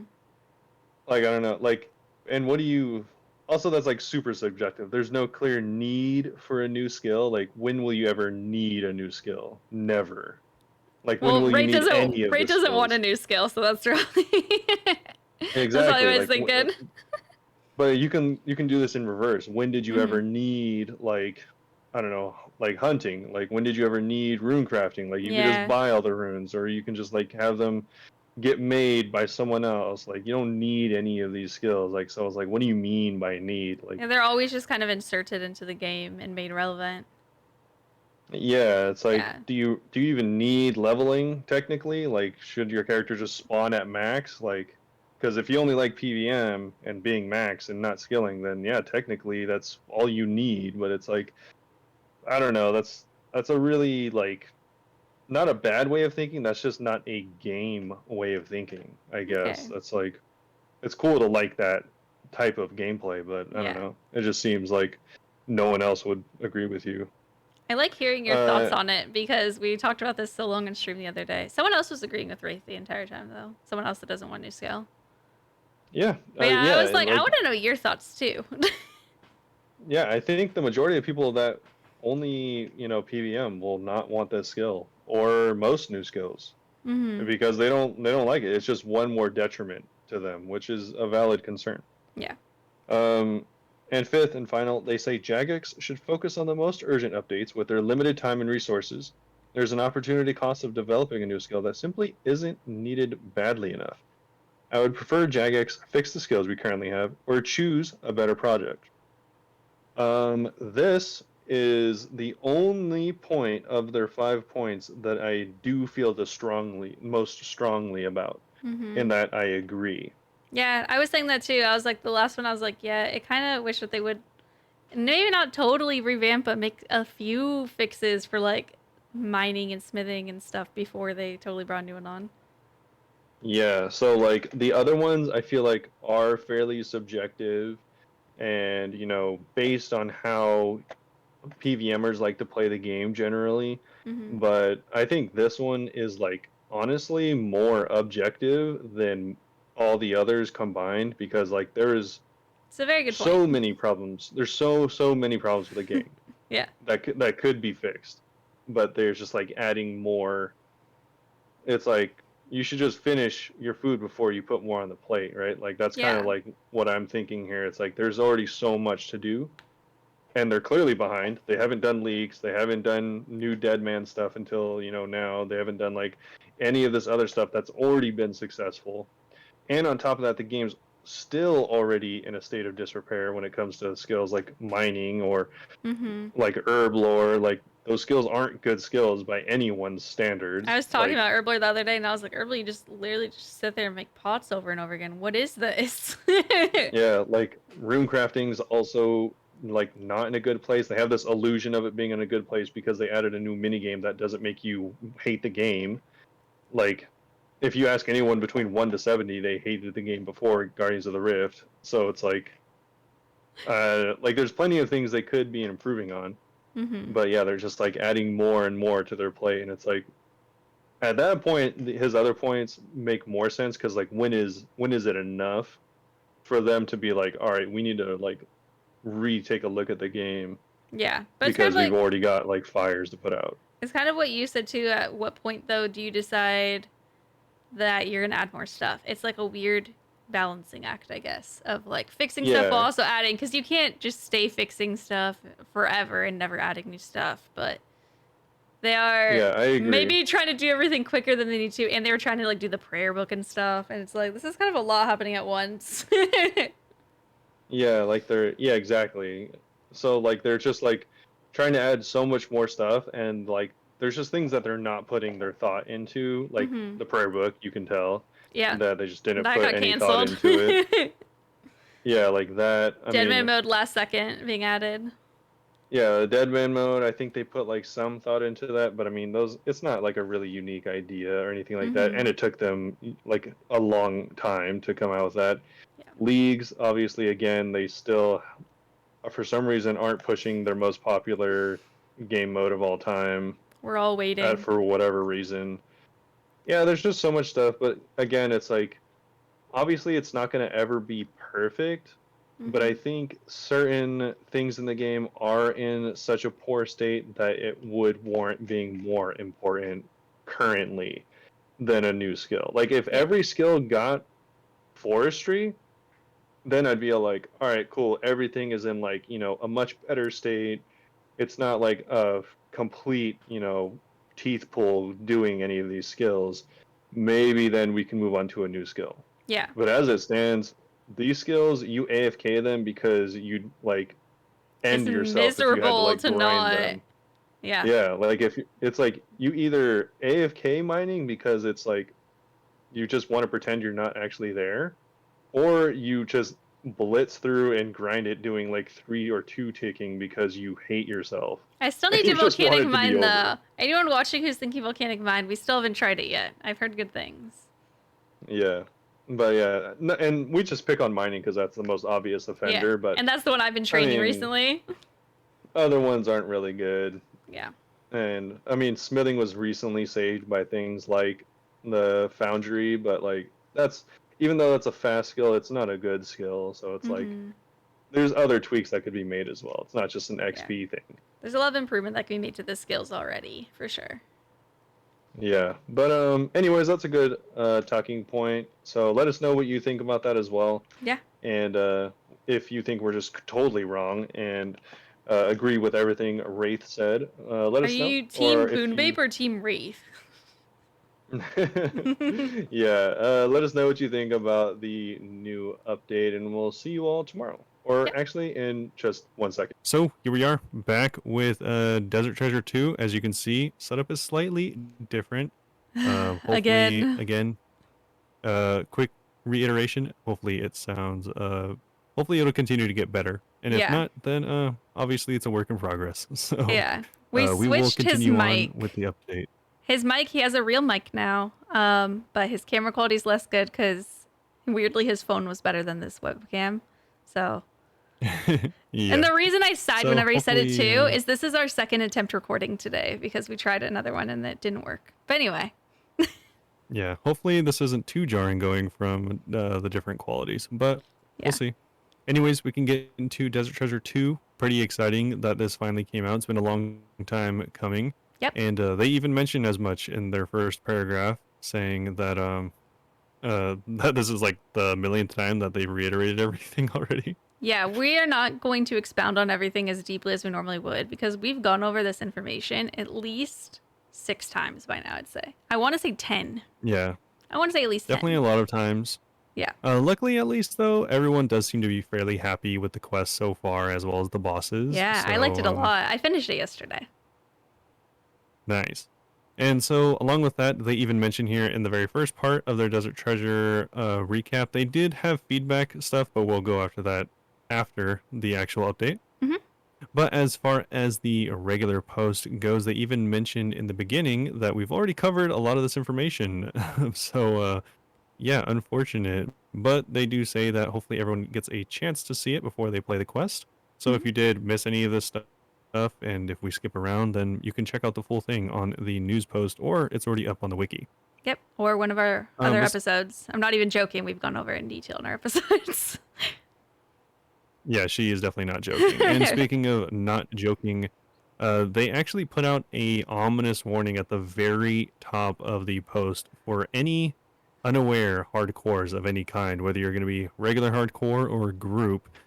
This is not safe. I don't know why you would think this quest is safe, but it is not. So it is strongly advised you play through the quest on a non-hardcore first, Yeah. because spoiler alert, you are going to have to fight the bosses and other things, and they're not really easy, so it's going to be difficult to one-shot all of them without dying. Yeah, I died at least 5 times, and most other times I tallied out with like 1 health, and that wasn't even all just from the 4 bosses.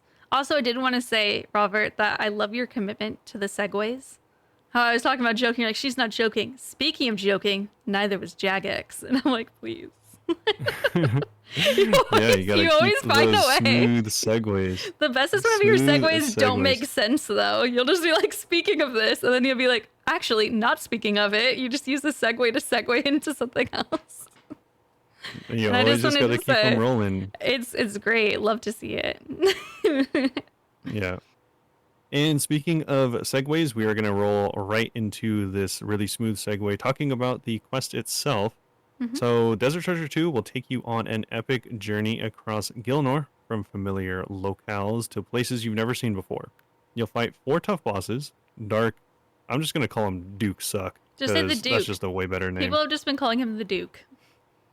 Well, I'm calling him Duke Suck. So, Okay. Duke Suck, Vardorvis, the Which Leviathan, people- and the Whisperer. Well, you called him Duke Suck, and I want to say people were saying Vardorkis or Vardoofus as well. So Vardoofus, they're all getting naturally. their bullying nicknames already. Yeah, classic. And encounter plenty of other challenges along the way. So, like we said, make sure you are not a hardcore, or if you are a just Giga God gamer or something. Yeah, be careful. Watch in your video. Yeah, exactly. In short, if you're planning to spacebar through the whole thing in 2 hours, we're afraid you might have to adjust your schedule. You can, of course, play through the quest exactly as you want, even for your cheeky spacebarers. But for those happy to go at a slower pace, we'd highly recommend you take your time and really savor our most ambitious quest to date. It's absolutely dripping with lore. I hate that adjective. Disgusting. I wish I didn't do the quest. Answers to unanswered questions, and they do tie in loose ends. Make sure to take your time and look around, even though they just said you don't have to. There's so much to explore and plenty of secrets tucked away for our most eagle-eyed players to find. The music and audio is some of the best we've ever had, so make sure to turn your volume up too. Basically, this is old school storytelling at its very best. Well, It is a really good story. Talking yourself up. No, it was a really good story. I was paying attention to the lore for the most part, and it was pretty good. I enjoyed it. I'm sure. I didn't play it, but I'm sure. I did watch a lot of people play through it though. Yeah. They also have a little bit of a dev diary, so you can hear what some of the mods have to say about the actual quest itself, It's like, and dear their hand in it, diary. what they think about it. They're like, dear diary, this quest sucks. Aww, that's mean. It's a joke. It's a joke. Anyways, though, yeah. So there is a whole new quest to go over. It's not all doom and gloom though. Your death fees will be reduced at each of the post-quest bosses until you have racked up 5 kills. Thank So make sure to God. stay alive and be prepared to pay up. But yeah, it's not going to be nearly as much as normal. So I it's still nice. Kind of definitely like Zora, spent where a you couple need. mil. Definitely. Yeah, it's definitely going to be still a lot, especially if you are bringing like max, you know. But it's not exactly as good as Zora. You know, it's not free, but it's going to be reduced, which is nice. They also said they're going to keep an eye on feedback, but I think I mentioned if I didn't, we will go over the feedback. They've already changed because it's been a day since the quest has come out, so there's already been plenty of changes that they needed to go through. But Yeah. we'll go through that after we go through the backstory. Before we do that, I wanted to say we forgot something. We just had a discussion about how we forgot something. As a heads up from them, though, they want as many people to experience DT2 spoiler free. So they actually are not posting anything about the bosses. We're not going to be reading anything about the bosses today. If that's what you are here for, that's what we're saying. This is all knowledge that we knew previously that we're just iterating again. We're repeating again. Iterating. Yeah. And also, as a heads up, it's not going to be out on Quest Helper for a month. Just so you know. Yeah, Quest Helper has all of these steps in the quest, but it doesn't have any of the helper functions. So it really isn't useful. If you need help, there are the wikis as per usual, and I'm sure someone will come out with a video guide for it. There was a guide but out. It is a very long by quest. the time I woke up the next day. Yeah, so there's people already on it, so probably just use the same old ways that we used to use before Quest Helper was out. And, Quest Helper is a little too easy anyways, so maybe challenge yourself. Yeah.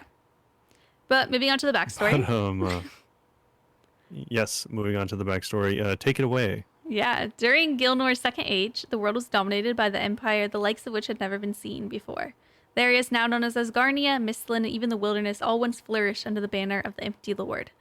With the grand city of Sintiston at its heart, this civilization washed over Gilnor like an unstoppable tide, pushing the boundaries of magic and science while crushing any who stood in their way. Fast forward to today, the Fifth Age, and you won't find much trace of this ancient empire. Indeed, Saradomus and Samarokians alike have spent many lifetimes purging all remnants of it. However, small fragments of this fallen empire remain for those who know where to look. Perhaps you've already encountered some of these remains. Maybe you've met the monstrous necks sealed behind the frozen door for millennia, or perhaps you visited the bandits of the Caridian Desert, the final human followers of the Empty Lord. You might even have encountered some mysterious Majorat hidden away beneath those same sands. However, there are other parts of this forgotten empire that you won't have encountered yet. For example, this story begins deep in the desert within a mysterious vault. And they also have a video describing more backstory by Poisoned Potion if you want to go check that out if you're interested in lore. Yeah, it looks like a pretty cool video. So if you didn't know, this is about a fallen empire. Who would have thought? Not totally fallen though. Anyways, there's still remnants. Not totally. He wouldn't get it. He hasn't done the quest. Totally. What? Yeah, sure. What is that segue? So what is the segue? I was gonna say, speaking of totally, make sure you're totally prepared by having all the requirements. Bro, what is that? The requirements for this? This is gonna mainly be quest requirements. There are some decently high other requirements, but it's actually not too bad. The quest you're gonna need to have done is Desert Treasure 1, of course, Secrets of the North, Anakra's Lament, Temple of the Eye, the Garden of Death, Below Ice Mountain, and His Faithful Servants. Along with that, you are gonna need some skills. Make sure you have 75 fire making, 75 magic. So pretty high, but luckily those can be leveled fairly quick. So yeah, not too bad. I'm not gonna complain about those. Yeah, exactly. And then 70 thieving, 62 herb lore, 60 runecrafting, and 60 construction. So also And reminder, none of these are boostable. Oh. Yeah. You really just cut me off like that, saying the same thing, huh? Wow. Yeah, it's all good. Sorry. It's kind of hard with the delay. We're not used to the delay. There's a delay. That's I what was I'll blame it on. literally, I've been thinking that the entire time. If we seem awkward, it's because there's a freaking delay and it's so annoying because we'll both just start talking at the same time and then we just like stare at each other like, what now? It's a double whammy because Ugh. this screen is so small. I can only have the notes up and I can't have the recording software up. So I can't actually see when Michelle's about to talk or anything. Yeah, So so I'm he's really just going through this on feel. just interrupting me like crazy. The disrespect. That one commenter is going to be having a field day if they hear this. Always put me down. Clearly just disrespecting. Yeah. Yeah. Anyways, if you are wanting to get to this quest, you're going to have to head over to the ancient vault, which can be found northeast of Narda, south of the ruins of Oozer, one of my favorite places. Loser. Oozer. But We can quickly go over the rewards if you want. yeah, I'm sorry. Just the amount of times that we keep interrupting each other is killing me. It sucks It's knowing okay. that Robert can't see me at all, and I'm just like, I keep like almost like indicating, like I try to like put my hand forward or something to be like, oh, he'll be able to tell I want to talk, and I'm like, he literally can't see me. I'll I'm try to set it dying. up so that I can see you. There we go. Okay. Hi. So hopefully this will be better. I can finally see who I'm talking to, so Yeah. that's nice. Now if you interrupt me, it's just like And I can extra see rude. myself. Unfortunate. I have myself actually covered up with the Anyways, patch notes, and that was really emo of you. no, because I don't want to like I'm like, oh, it's hard to not look at myself because I just am so beautiful. Duh. Anyway, Um, anyways, rewards. we do have the rewards. Yes. So the rewards have been kind of a not really contentious point, but kind of an interesting Oh. problem that people have ran into. Yeah, We we'll already get know to about that all these shortly. rewards, so Yeah, I don't want to get into them in too much detail, but there's several rings. So the Ring of Shadows, this is going to have unlockable boss teleports for all the new bosses with some offensive stats, and this is going to combine with your Ring of Visibility after the quest. The big yeah, rings that everyone's really looking forward to are Ulcer, Magus, Bellator, and Venator. These are all going to replace the Fremennik rings. These are the new best in slot rings. These are the ones that people have been having issues with, but we won't describe that yet. But they're all, I don't want to go over all their stats because we've gone over them so many times. Each one of them is an improved yeah. version of the rings we have now, like Berserker, Archer, Seers, Warrior. But you do have to get some untradeable drops to make this ring yourself, or you could buy the ring pre-made, and you'll need 90 magic and 80 crafting, both boostable, to make those. But Yeah, yeah, so they do have a breakdown as well of how it'll work if you're lucky enough to get the vestiges, and those are the things you're going to need in order to make the rings. hmm So it says that each boss drops a specific untradeable vestige depending on the boss you're killing. This will be a Bellator, Magus Ultor, or Venator vestige. Each boss drops tradable bars. They're non-specific, so all bosses can drop them, and they're the exact same. The Fremnik rings can then be broken down to provide their respective icons, and then you can use the icons in order to make the rings.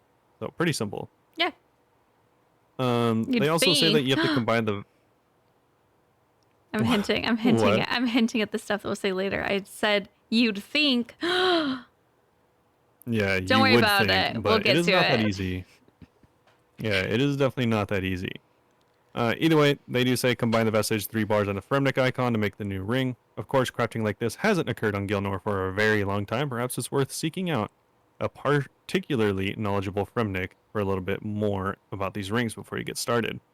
If you don't want to do that, then, well, I mean, you don't have to. Yeah. No. Besides that, we do have the new Virtus set, which is not best in slot. It is Kind not of best in surprisingly. slot, but they're going to be best in slot for Ancient Magic's damage specifically. They are giving you massive Yes, increases so to they have. Ancient Magic damage. Sorry, I'm so sorry. I feel so bad because we just keep interrupting each other. Oh god. Yeah, I don't feel bad at all. I But feel I'll let Michelle so make up for that. yeah. Oh my god. Who's reading this? You or me? I need to just ask. Is it you or me? Yeah, you can go ahead. Thank you. I need to just ask because I keep just trying to like talk and then I'm like, oh no, am I interrupting him? Anyway, God, this is great. I'm so sorry. I feel like this is the most awkward episode because of me right now. Anyway, so Virtus robes are going to be great for Ancient Magics. This set is tradable and you do not require completion of DT2 to equip them, which is weird because I thought that they said that you did previously. I guess I was mistaken. Each boss has a chance to draw pieces of this rope. So if you wind up enjoying one more than the other 3, you'll be able to farm it to your heart's content. And they give you an additional 4% extra magic damage when you're using Ancient Magics. So best in slot for Mage, or Ancient Mage specifically. Yeah, the thing that requires Desert Treasure 2 to be done in order to equip is the rings, actually. It is the rings. I could totally skip It's over the that part. rings, so. Okay. Which is fair. It's a long quest. Like, I get it. But yeah, would you like to Yeah. read about the Soul Reaper Axe? Yeah, sure. So the Soul Reaper axe is the two-handed, heavy weapon that we've been going over for quite a time. This one you're gonna have to get one piece of the item from each of the bosses, combining them all to make the new Soul Reaper axe. This is the one that grants you a mighty stack whenever you deal damage with it, stealing life from you, but also increasing its overall strength by 6%, up to a maximum of 30%. Which I think in the past we did some calculations, or Mod Goblin did calculations, where you can now get 181 total strength Jeez. accuracy or slash accuracy, which is, or maybe it's actually just melee strength. It might just be melee strength, which is kind of insane. Yeah. That's assuming you're wearing Torva with full super ultra Of course, yeah. best combat. Yeah. Number one best things ever. Yeah, and then we have the Ancient Scepter. Yeah. Ancient Scepter upgrades. So, the Ancient Scepter upgrades are going to be dropped from each of the post-quest bosses. They're going to drop untradeable sigils that coincide with the ancient elements, so Blood, Ice, Shadow, and Smoke. These sigils can be combined with Ancient Scepter to create the Blood, Ice, Shadow, Smoke Ancient Scepter. These upgrades retain the plus 5% mage damage and a plus 10% to ancient mage effects, but will imbue the scepter with new effect depending on the element. So going over them real quick, Blood Scepter will do blood magic, overheals you by 10% of your hit points. Ice magic gains 10% accuracy on unfrozen freezable targets. Shadow spells also drain strength and defense into the in addition to the target's attack level. And Smoke spells reduced healing received by 20% for 10 cycles on hit if the target is poisoned. So these upgraded scepters have an increased magical requirement, so you need 75 mage to use them, as well as 60 strength and 50 attack to equip. And yeah, as well as that, we'll be tweaking the Ancient Scepter and its upgraded variants to behave similarly to other untradables on death and PvP, and attaching a repair cost, of course. Yeah. But wait, there's more. So pretty strong. Pretty strong. I don't even I don't think I'll ever use it though, to be honest. Yeah, exactly. Unless maybe you're doing like barraging or something like that, but even then it's still like not that good. I was like, I'd still rather just use a magic wand, I feel like, because I'm lazy. Yeah. Yeah, probably. Or like the Kodai if save some runes, something like that. Mm-hmm. Anyways, we have the Awakened boss, which is the but wait, there's more part. Funny enough though, it's actually not out yet. So it's out tomorrow. The item for it is dropping. Is it tomorrow? I'm pretty sure. You know what? Pretend I didn't say that, because this is on the feedback that we'll get back to. Just tell us that's not out yet. Okay. Well, I'll continue by saying it says, this means that in a few weeks, exact date to be determined, you'll be able to challenge an awakened version of each of the 4 bosses. Well, now I'm confused. So, I wonder if I misread. maybe tomorrow. Who knows? Apparently not us. So to access them, you'll need to consume an Awakener's Orb, which even though the boss isn't out right this second when we're talking about it, you can still get the Awakener's Orb, which is unfortunate because that is the rare drop table. That is like one of the potentially you could get like a Virtus Robe or an Awakener's Orb. So yeah, unfortunate. They are tradable though, so that's pretty cool. If you want to take a bunch of attempts at the greater bosses for a flex item, then you can just buy them potentially. Yeah. Yeah, and speaking of flex item, in order to actually get the flex item, you're going to need the Awakener Orb to summon the boss, and this is going to give you the recolored blood sanguine version of the Torva. The Blorva! Yeah, the Blorva. If you're really cool and know what it's called. Yeah. So that's actually it, though. There's really nothing else. I mean, but you're going to have to beat each boss in the harder versions to get this outfit recolor. And the bosses are hard as is. Yeah, they are difficult. So I imagine some of them are easier. Like Duke Suck is kind of a little bit easier. Vardorvis, I think I've seen is easier. So yeah.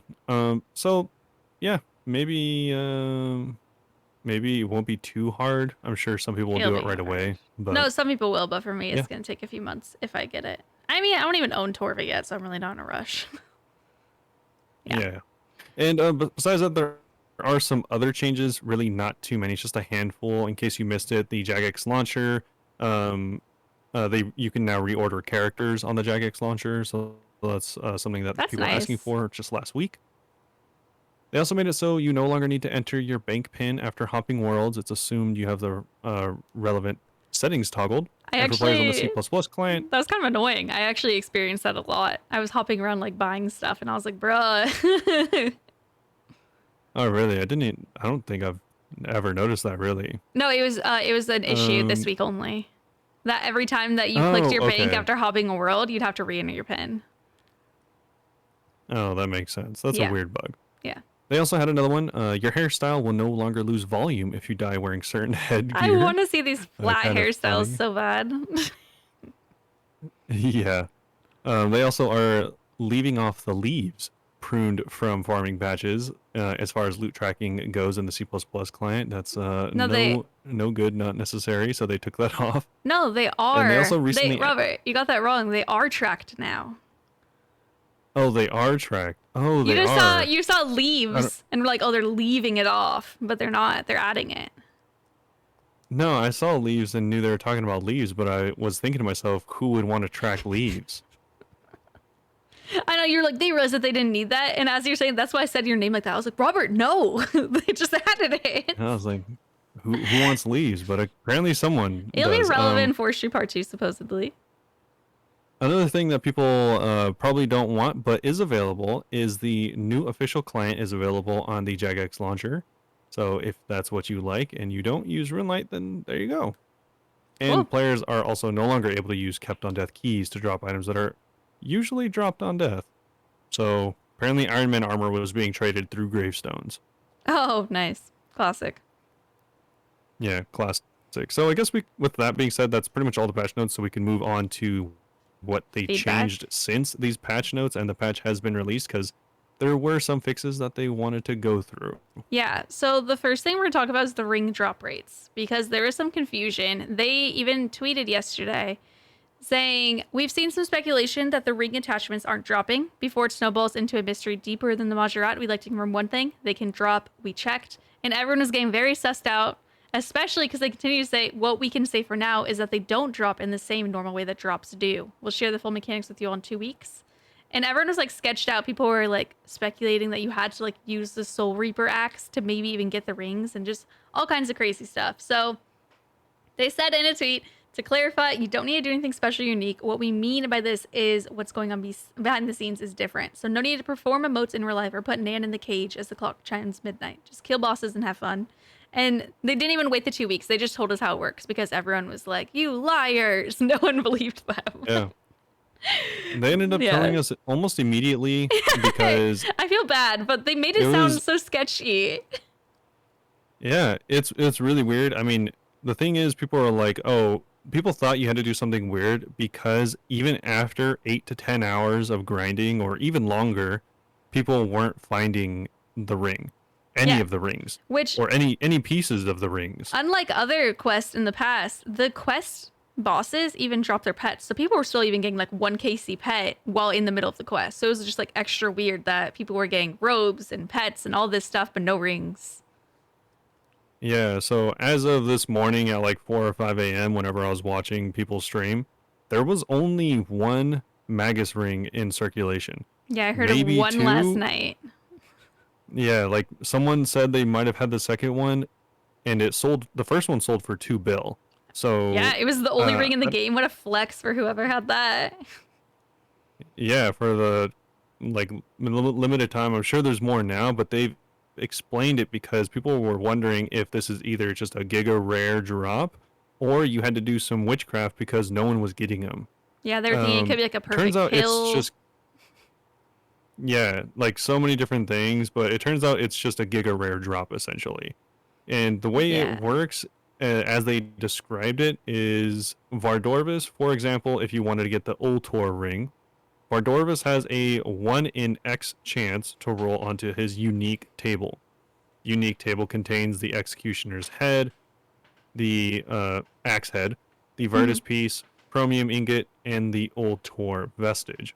The Awakener's orb, blood quartz, and the pet sit on an entirely separate table, so don't worry about those.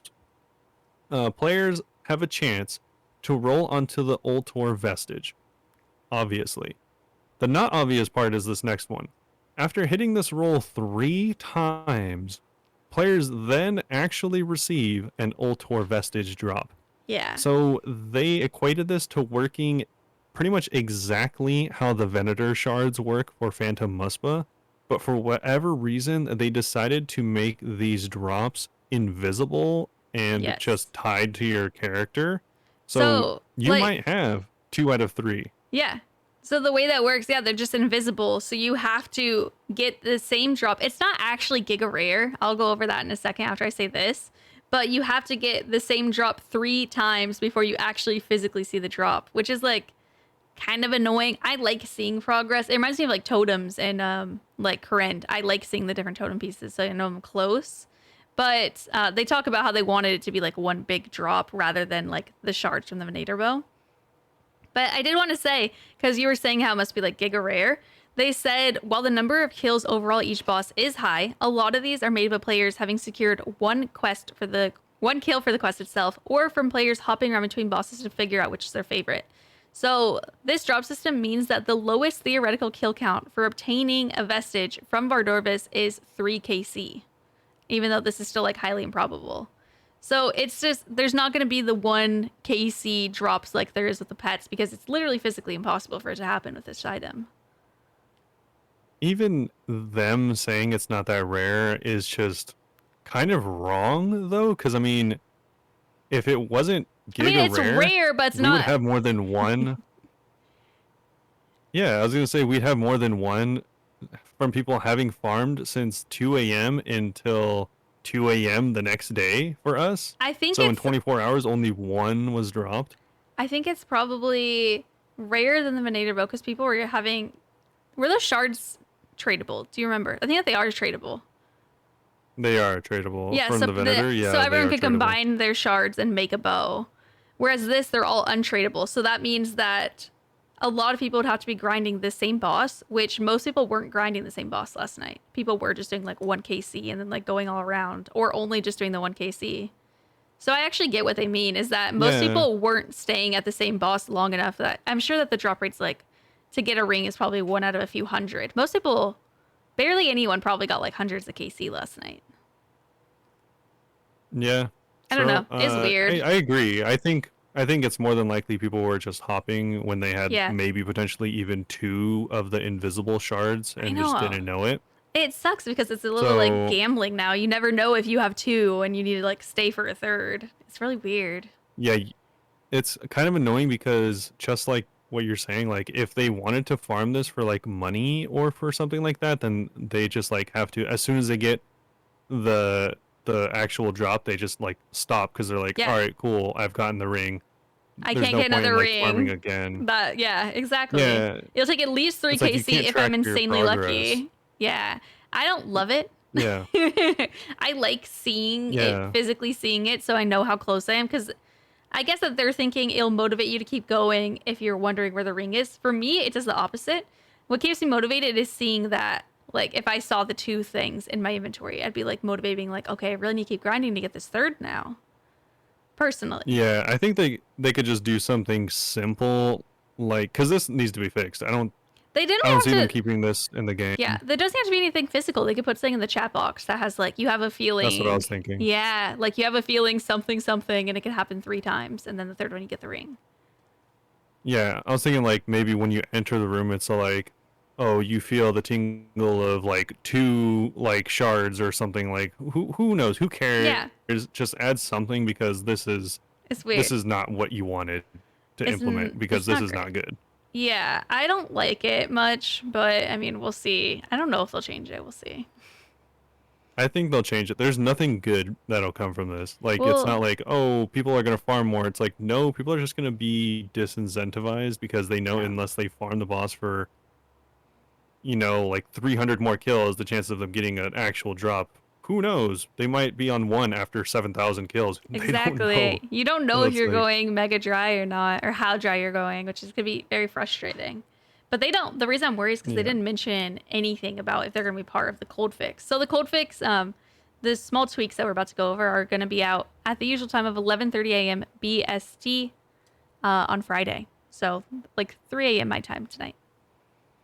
But another thing that they were talking about that I actually really am looking forward to that they are going to change or they're planning on changing is the area access and transportation. These bosses are so annoying to get to. Everyone you have to telly and then run very far, which is very frustrating. So one for Yeah. Vardorvis, like it's easy for me because I have the Xerix Honor telly. So I go to the top of Mount Quidamortem and then I just like run. It's honestly kind of annoying. You do have to run a lot still and then you have to take a boat. If you don't have the Xerix Honor, you had to like run through the entire mountain. It was apparently pretty rough. I didn't even think about that. So they're adding some new options. They're thinking that they might add an extra transport location for the mountain guide who can currently take you between Mount Quidamortem and the western side of Shazian. So they could give him a transport option to take you to the crossroads due east of this rowboat that you need. And they're also thinking about adding a fairy ring and a small clearing northwest of the quest start location for Garden of Death, which is in like a very similar area. So neither of them are going to be like right there. You still have to run a little bit, but they're not as ridiculous as it was previously. Yeah. So hopefully I mean, which one would you want more? That one I probably want. Actually, you don't know. The next one is what I want the most. What I want most is the Whisper, which they go over as well. The Whisper is where beyond or below Ice Mountain is. You have to go into there, go through Camdesal into the back, go downstairs, and then you're in the Undercity, and then you have to use a teleport, and then run a little bit, and then you're at the boss. It's a lot. What makes it a lot is because there's the Lasor teleport or whatever. It takes you to the top of Ice Mountain, and then for some reason you can't go down on the west side. You have to go down on the east side and like run all the way around the mountain again. So they're actually thinking of adding an agility handhold requiring 60 agility to the western side of Ice Mountain, allowing quicker access if you're using a tele spell. They're also thinking of smoothing out the steep drop to the southeast of the Mine Altar so that players using the Mine Altar teleport can easily walk there from there straight into Camdesal, making it a little bit easier. They didn't mention anything about the other two bosses, but these two are the worst ones, so that's really good. Yeah. Sounds good. You can potentially expect these smaller fixes to be done in a cold fix Friday, July 28th, so the day that this is coming out. Yeah. Also, other pending cold fixes along with this is they're going to fix a bug where the Whisperer fires more attacks in a row than intended. They increased the number of combat XP lamps rewarded. A lot of people were complaining about that from 1 to 3 from the NPC at the Ancient Vault after the quest. So I take a can't look around. wait. You can't miss them. I'm going to level up my prayer. The 1 XP lamp was 100k. I'm going to be able to level up my prayer to 93. Yeah, a lot of people were saying, everyone was saying that like wasn't enough for a Grandmaster, and I kind of agree. 100k is kind of weak. I thought it was a lot at the time, but thinking about it, that's 100k in one skill for a quest that I don't think I said. It took me, I streamed it. I stayed up later to finish the quest. So I streamed it for 7.5 hours and played it during the day. It took me like 10 hours to do this quest. And I ended up using the wiki a lot. Like, all the other puzzles were hard. The first puzzle was the easiest, it turned out. All the other puzzles kind of sucked. But yeah, anyway, sorry. No, and also they made it so they reduced the maximum wander range of foes in the post-quest version of Vardorvis' area to prevent them from forming a violent, welcoming party. Players will also no longer be able to see the shelved ruinous powers in the prayer skill guide. People were posting pictures of it. It showed ruinous prayers. I'm like, oh, it's kind of sad for them. Kind of a bummer. They were pretty close to being done with that, you could tell. Yeah, I mean, so much so that they were in the game update. Yeah, just couldn't use them. They also said they wanted to give a huge thanks to anybody. Whoa, sorry, you go first. You go first. I just noticed something. I was gonna say we wanted to give a huge thank to everyone who's played and shared their thoughts on DT2 so far. It's been an absolute blast. Keep giving us your thoughts on feedback and expect to hear more from us in the coming weeks about any more substantial changes or quality of life while the people get to grips with everything new. And one more thing, I think this is what you were mentioning earlier. You might want to keep a close eye on any Awakener's orbs you've accumulated, because tomorrow, Friday, July 28th, the Awakened variants of all of them are coming out, so they just completely lied about it taking a week. I think that they were probably doing it to appease everyone, because everyone was kind of annoyed about the ring thing. They're probably like, okay, let's give them something cool. Yeah, maybe. At least it'll give all the God gamers to get onto that right away, so that's cool. Can't wait to see people walking around the Blood Tour. That's gonna look so dope. I forgot to mention, you've done it. So I wanted to ask what you thought of the quest overall and the bosses. I liked it a lot. This is going to be a little bit spoilery, I guess, so skip a couple minutes if you don't want to hear. I, from my favorite to least favorite bosses, I think that favorite not necessarily meaning to fight. I think that Whisper was the coolest boss by far. I need to show you. You'd really like how Whisper was, I think. And then Vardorvis, and then Leviathan, and then the Blob at the end. The Duke looks like a blob. He literally looks like a blobfish.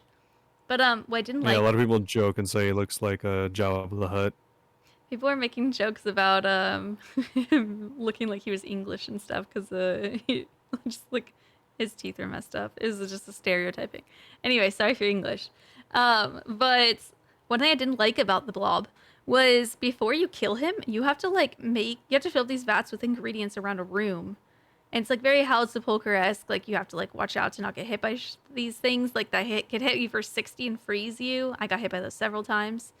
And it's kind of annoying because you have to run up to one side, grab 2 mushrooms, run to the other side, grab 2 more, run down in between next to the boss and mine 12 things of salt and then put them in 2 vats and then use both of the vats on the boss to wake him. And it's kind of like annoying. I mean, I'm sure there's quick ways to do it and I'm just not used to it, but I hope that they change it to be something like you only have to do it once per trip because it's like, I don't like it. But Oh, you don't kill him in the first time you do it? you do kill him. You do that and he wakes up and then you kill him. Oh, you mean like one time the first whole entire trip? Okay. Yeah. I just mean like if you're staying there for 5kc, it'd be nice if you could only have to do that once. But at the same time, he's the easiest boss for sure. Definitely the easiest boss to learn. The other ones like all took a way steeper learning curve, and then he was pretty chill. Him and Vardorvis were the easiest to learn. Vardorvis was difficult though. Actually, he moves very quickly. It's a very fast fight.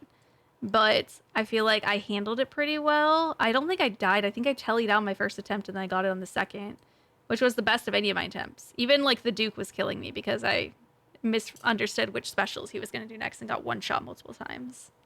But Yeah, Dukes suck. It's pretty hard. yeah. Overall, I really loved the quest though. I actually thought it was so fun. And since we're saying spoilers, at the end of the quest, when you're trying to end it and you have to fight those 5 minions of that one dude, like the ghost versions of everyone, that was pissing me off. That was worse than some of the boss fights because all 5 of these little dudes had their own mechanics, which is fine. But it was like 3:30 in the morning. I was over it. I just wanted to be done with the quest. And it doesn't count the ones that you killed if you left and came back. So I would get down to the last person and then I'd have to tally because I ran out of food. Or the second last person and then come back and I'd have to start over. And I'm like, oh my God. But Nice. overall, really, really enjoyed the quest. I think it's very well done. And I really like the lore, and there was even parts that like made me sad weirdly. I don't know, it was pretty good. Oh, Yeah. that's cool. That's better than where would you rate it among some of the other grandmasters? It's probably the best. There's 4 Oh, new probably the best. Wow. There's 4 new bosses, tons of puzzles. Yeah. Disregarding the new bosses, just the quest itself. I thought that the quest itself was actually really good. Like the lore and Okay. stuff, I was actually very into because I was taking the time to read, unlike the other quests. So I can't also totally compare it because the other ones I was definitely spacebarring through as quick as I could. But reading it, I really enjoyed it. I enjoyed it a lot. Even though some of the puzzles cool. I could not understand later on. But yeah. With that, All right. sorry. Yeah, we'll move on to the Q&A. Yeah, we'll move on to our Q&A then. I know I was gonna be like, "What did you think of the quest?" And I was like, "Oh, never mind." I didn't do it. I ran some more laps. There you go. Same thing. Our first question is going to be from Harger over on Discord. What are your thoughts on a new construction update, bridge building? So, bridge construction zones are found throughout RuneScape in areas with bodies of water, lava, or significant heights. Similar to the Spear Tree farming, a player with 83 construction can build 1 bridge, player with 91 can build 2, player with 99 can construct multiple or unlimited bridges. The bridges require different amounts of resources depending on their length. The longer or the higher the bridge, the more resources required. Additionally, the bridges will wear down after a certain amount of usages and eventually will need to be repaired or rebuilt. A simple rope bridge is less expensive and it's the cheapest model. A wooden bridge is next, a stone bridge is the 3rd strongest, and a dragon bridge is the 4th. The strongest is an elven bridge, which is made of elven crystal and can be recharged instead of needing to be rebuilt.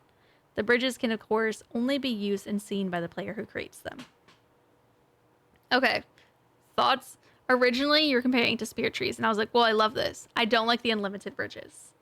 I think that it should be like Spirit Trees, and there's only a few places, and it should just be like in places that are kind of annoying to get to, like Spirit Trees. But then also, if there's limited, it kind of gets rid of all the repair stuff that you're talking about, because I don't think there should be repair. I get why there'd be unlimited if there's repairs, but I think it should be the opposite, with it being a limited number, but you don't have to repair it.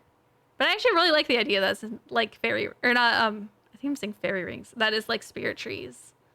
Because Spirit Trees, like, Yeah. they were motivating me like crazy to get 99 farming, because I was like, I need these Spirit Trees.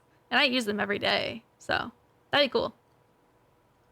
I think it would be cool if, yeah, one, they weren't unlimited, and two, I think it'd be a good idea if they were just um, like good versions of agility shortcuts, That's what I was kind of like thinking. really high level ones. Mm-hmm.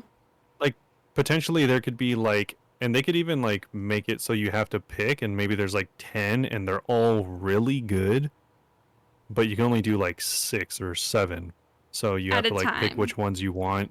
Yeah. Yeah, at a time, and you can like deconstruct and reconstruct I like them. that. That'd be kind of cool. Yeah, that would be taking away from agility, but agility as a skill sucks, so that should just probably It deserves to be be taken reworked away anyways. from. Yeah, so they should just rework that and also add like, yeah, they should make the bridges like really good. Like, I don't know, like maybe there's just a really cool place that would be cool to have like a bridge that would make it OP. Like maybe it even goes like through a mountain. I don't know. I don't care. But if you made them really cool, I think that'd be interesting. That'd be Yeah. something you could work towards for construction. That being said, I think construction's like one of the most rewarding skills at the high end anyways, and I don't necessarily think it needs this, but it would be a cool addition. I think it'd be cool to have construction be useful outside of your house. Because as is now, it's just like your house and then stash units, and that's it. Like nowhere else do you Yeah, really need it. Which I mean makes sense, but I was actually thinking about this the other day about how I wish that there was more stuff outside of your house to utilize it. But the I house is agree. OP. Yeah, there are uses, like I mean you could easily say like the restoration pool is used outside of your house exclusively, just it's inside of your house. That's But true. I don't Yeah, know. fair. Yeah, Next. I like the idea though. I think it's cool. Next, we have a minigame idea from Matt on Instagram. So, Tales of a Tailor is a new crafting, yes, I said crafting minigame, which requires players to quickly gather resources and tailor various clothing articles, dresses, hats, suits, etc. for NPCs who come to the store. You begin the minigame in the tailor shop in Sears Village by talking to your boss, who gives you client orders and a certain amount of time to fulfill them. A timer begins upon accepting the assignment, found near the Run energy bar, and you'll be ordered to collect very specific materials and tailor them using the equipment available in the store. This includes specific wolf fur from the White Wolf Mountain, specific leaves from Karamja, specific thread from Sheeps and Trollheim, specific leather from Lumbridge, specific, etc., etc. You get the point. If you finish the order in time and don't fail during the production process, you will receive monetary and experience rewards. Additionally, with certain amounts of assignments completed, you will unlock the minigame Fashionscape items, like special clothing. You will only be able to unlock these items with the right amount of completed task and the correct crafting level. I think that sounds fun, obviously. It kind of sounds like Giant's Foundry, but crafting. Yeah. I think it sounds cool. I was thinking it sounded kind of like yeah, I guess kind of like Giant's Foundry, but I was thinking of it more like the construction mahogany homes. I was Oh, thinking of it yeah. more like that. Like just having customers and working on a skill while helping NPCs is kind of cool. Yeah, I like the idea of it, but the only thing I don't like is I wouldn't like that type of minigame for like every skill, because I do think it would be cool for a lot of skills. Like you could easily be like, oh, these people want their armor fixed, let's do this for blacksmithing kind of thing. Yeah, that's Like true. you could potentially make it like unique, and then it would potentially work, but I don't want to see that for every skill. Although I do Yeah. want to see more mini games like that. So it's like kind of like a weird in You just don't know between what the where it's minigame like would hard for me to be. decide. Yeah. No, I feel Yeah. you. Yeah, exactly. I don't want it to just be like, oh, roll up and be like, oh, let me level herb lore so I can go do the herb lore mini game real quick, and it's just you making potions for this person that needs to like get medicine for True. their daughter or something. It's like you could It's a little kind of too do this for almost similar. every skill. Yeah. No, Yeah, I feel you. yeah. Um. But I do think it's a really cool idea. I like those mini games a lot. So Oh yeah, no, they're fun. It just might be too much of the same thing. Okay. yeah, precisely. We have one in real life question. Ivor asked, "What makes you cringe hardest in real life?" For me, it's a tie between people avoiding gluten for no reason and bootlickers. And the two things. Hariger also had an answer saying, when it comes to food cringiness, a lot of things. So people who think liquids don't count as calories, like smoothies. People who say carbs are the devil. People who say fat is the devil. People say it's too expensive to eat healthy, even though it's often way cheaper than junk food. People who only drink flavored drinks and not water. People who buy water bottles everywhere instead of bringing a water bottle. I just want to like plus a million for that one. People who don't eat fruits and vegetables and just take vitamins instead. Robert, I low-key feel like you could have written a lot of that list. Yes and no. I agree on pretty much every one of those points, but it's not cringe. It's more like I'm usually repulsed when I see those types of So it's like things. cringe times 5. It's not like cringe. Like I don't like feel like weird about it. I'm just all like I'm highly judgmental of Yeah, people I in mean, those circumstances. I think that judgmental is a synonym with cringe in this situation. I mean, But I guess I feel like cringe has a definition, and that's just not it. people just be saying But cringe now. But yeah, no, for sure. I didn't realize until reading Ivers that, yes, bootlickers is 100% something that annoys. It grinds my gears. Anytime that happens, I'm just like, oh my God, I lose it. I mean, I always complain to Robert after, like, it's happened in stream where people are just like, I don't want to like complain Yeah. about it, but it's definitely happened when the next day I'm like, Robert, I was getting frustrated. I don't ever say Yeah. anything. I don't really think I like. I think it's very rare that I like cringe about something. Like I don't even remember the last time I did where like I I had the feeling of cringe. Like Well, what is just something that people do in real life that annoys you? A pet peeve, I guess. That'd be similar. yeah, pet peeve was like yeah, all the stuff that Harger listed. All those are pet peeves, but yeah, just general. I think a big one at the top of my list would be just general misconceptions that people hold as truth Hmm. instead of like, fact checking or thinking for themselves. They're just all like, oh yeah, yeah, like I guess to take one of Harger's examples, like, oh, if you eat, you should eat more fat, or you should eat more carbs, or you should only eat carbs, or you should only eat fat. Like, I don't know, just like really simple stuff like that in general, or just yeah, I guess like stuff like that mainly because it's like so widespread in so many different fields. It's just not really thinking for yourself or being like, oh, that sounds like heinous. Maybe I should go double check that because it is wrong. Yeah. So I feel like I I guess that see way would be my more pet peeve. I see way more extreme examples of people just saying like homophobic stuff, and then I'm just like, did you even check if that's true? And you could just Google it, and it's like very clearly not true. It's just like Yeah, people just lying about stuff for no reason, and I'm like, did you ever think just like look it up, or no, yeah. maybe This not. could be as little as thinking like swallowing gum stays in your stomach for a million years to all the way to like, the most egregious offenders, which would be like, misconceptions about like pregnancy or, politics. Like there's Yeah, plenty of things that are definitely. also cast under that net. So just all those That's a things big I one. That's guess a are good kind of one. pet peeves. A Yeah. random one that I had that I was thinking about because I was thinking about this yesterday when I was grocery shopping is people who are, I guess, who like very much lean on the, oh, that's common sense. Like if someone makes a mistake, that's always really frustrated me because it's also like it reminds me of RuneScape a little bit because it's just people who saying like, oh, that's easy or just do it. Like it's so easy. Just anyone who thinks that everyone is exactly the same as them and is automatically going to think the same thing and do the same thing as them, it just like frustrates me. example that I was thinking of is whenever I worked for retail, like there was this girl, she was one of our supervisors, and she let this guy come in who worked for the mall to fix the AC, and then our store got billed $200. And she ended up getting let go. And then because she didn't call a different manager whenever this happened, and then like the owner of the store had a meeting with us all and was talking to us, and she's like, "Yeah, it's just common sense if someone does that, like you call like the owner of the store." And it pissed all of us off so bad. Like if someone does it, then it's not common sense. I feel like that's a good rule of thumb. If someone is gonna do this, then it's not always common sense.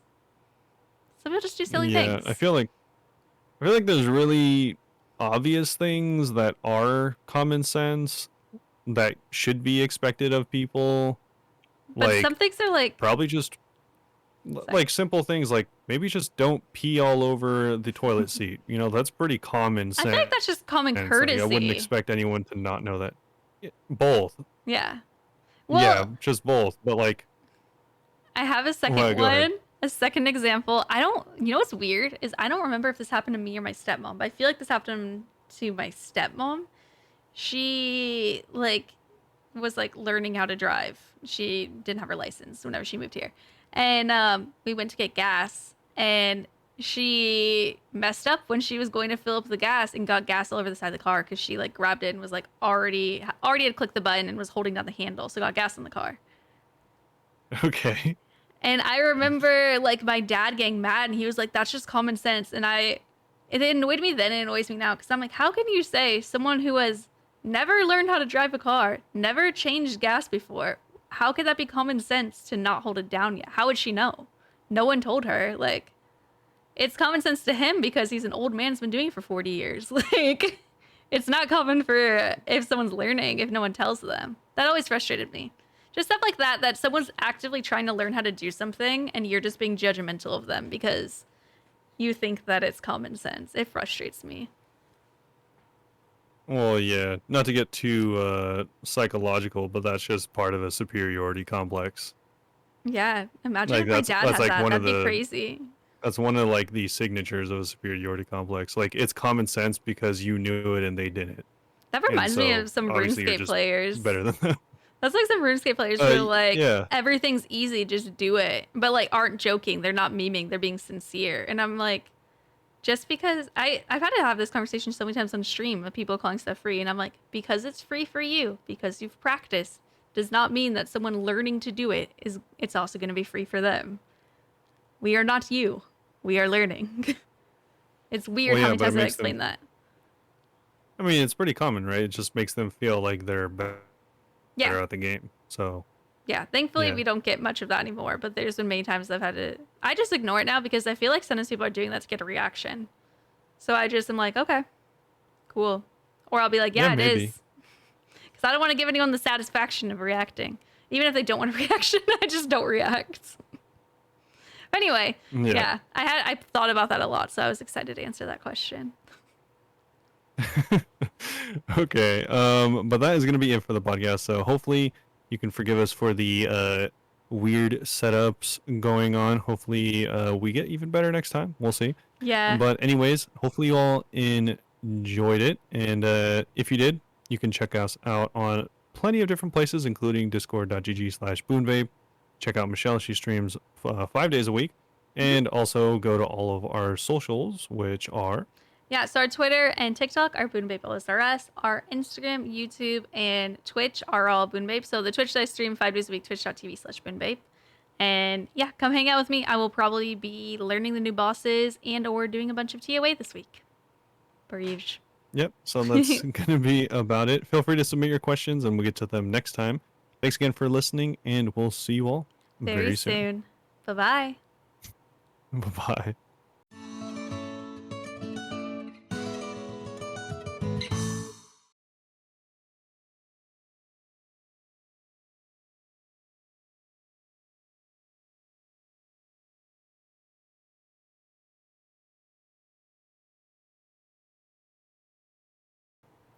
Meet Merp. Eat. Mer.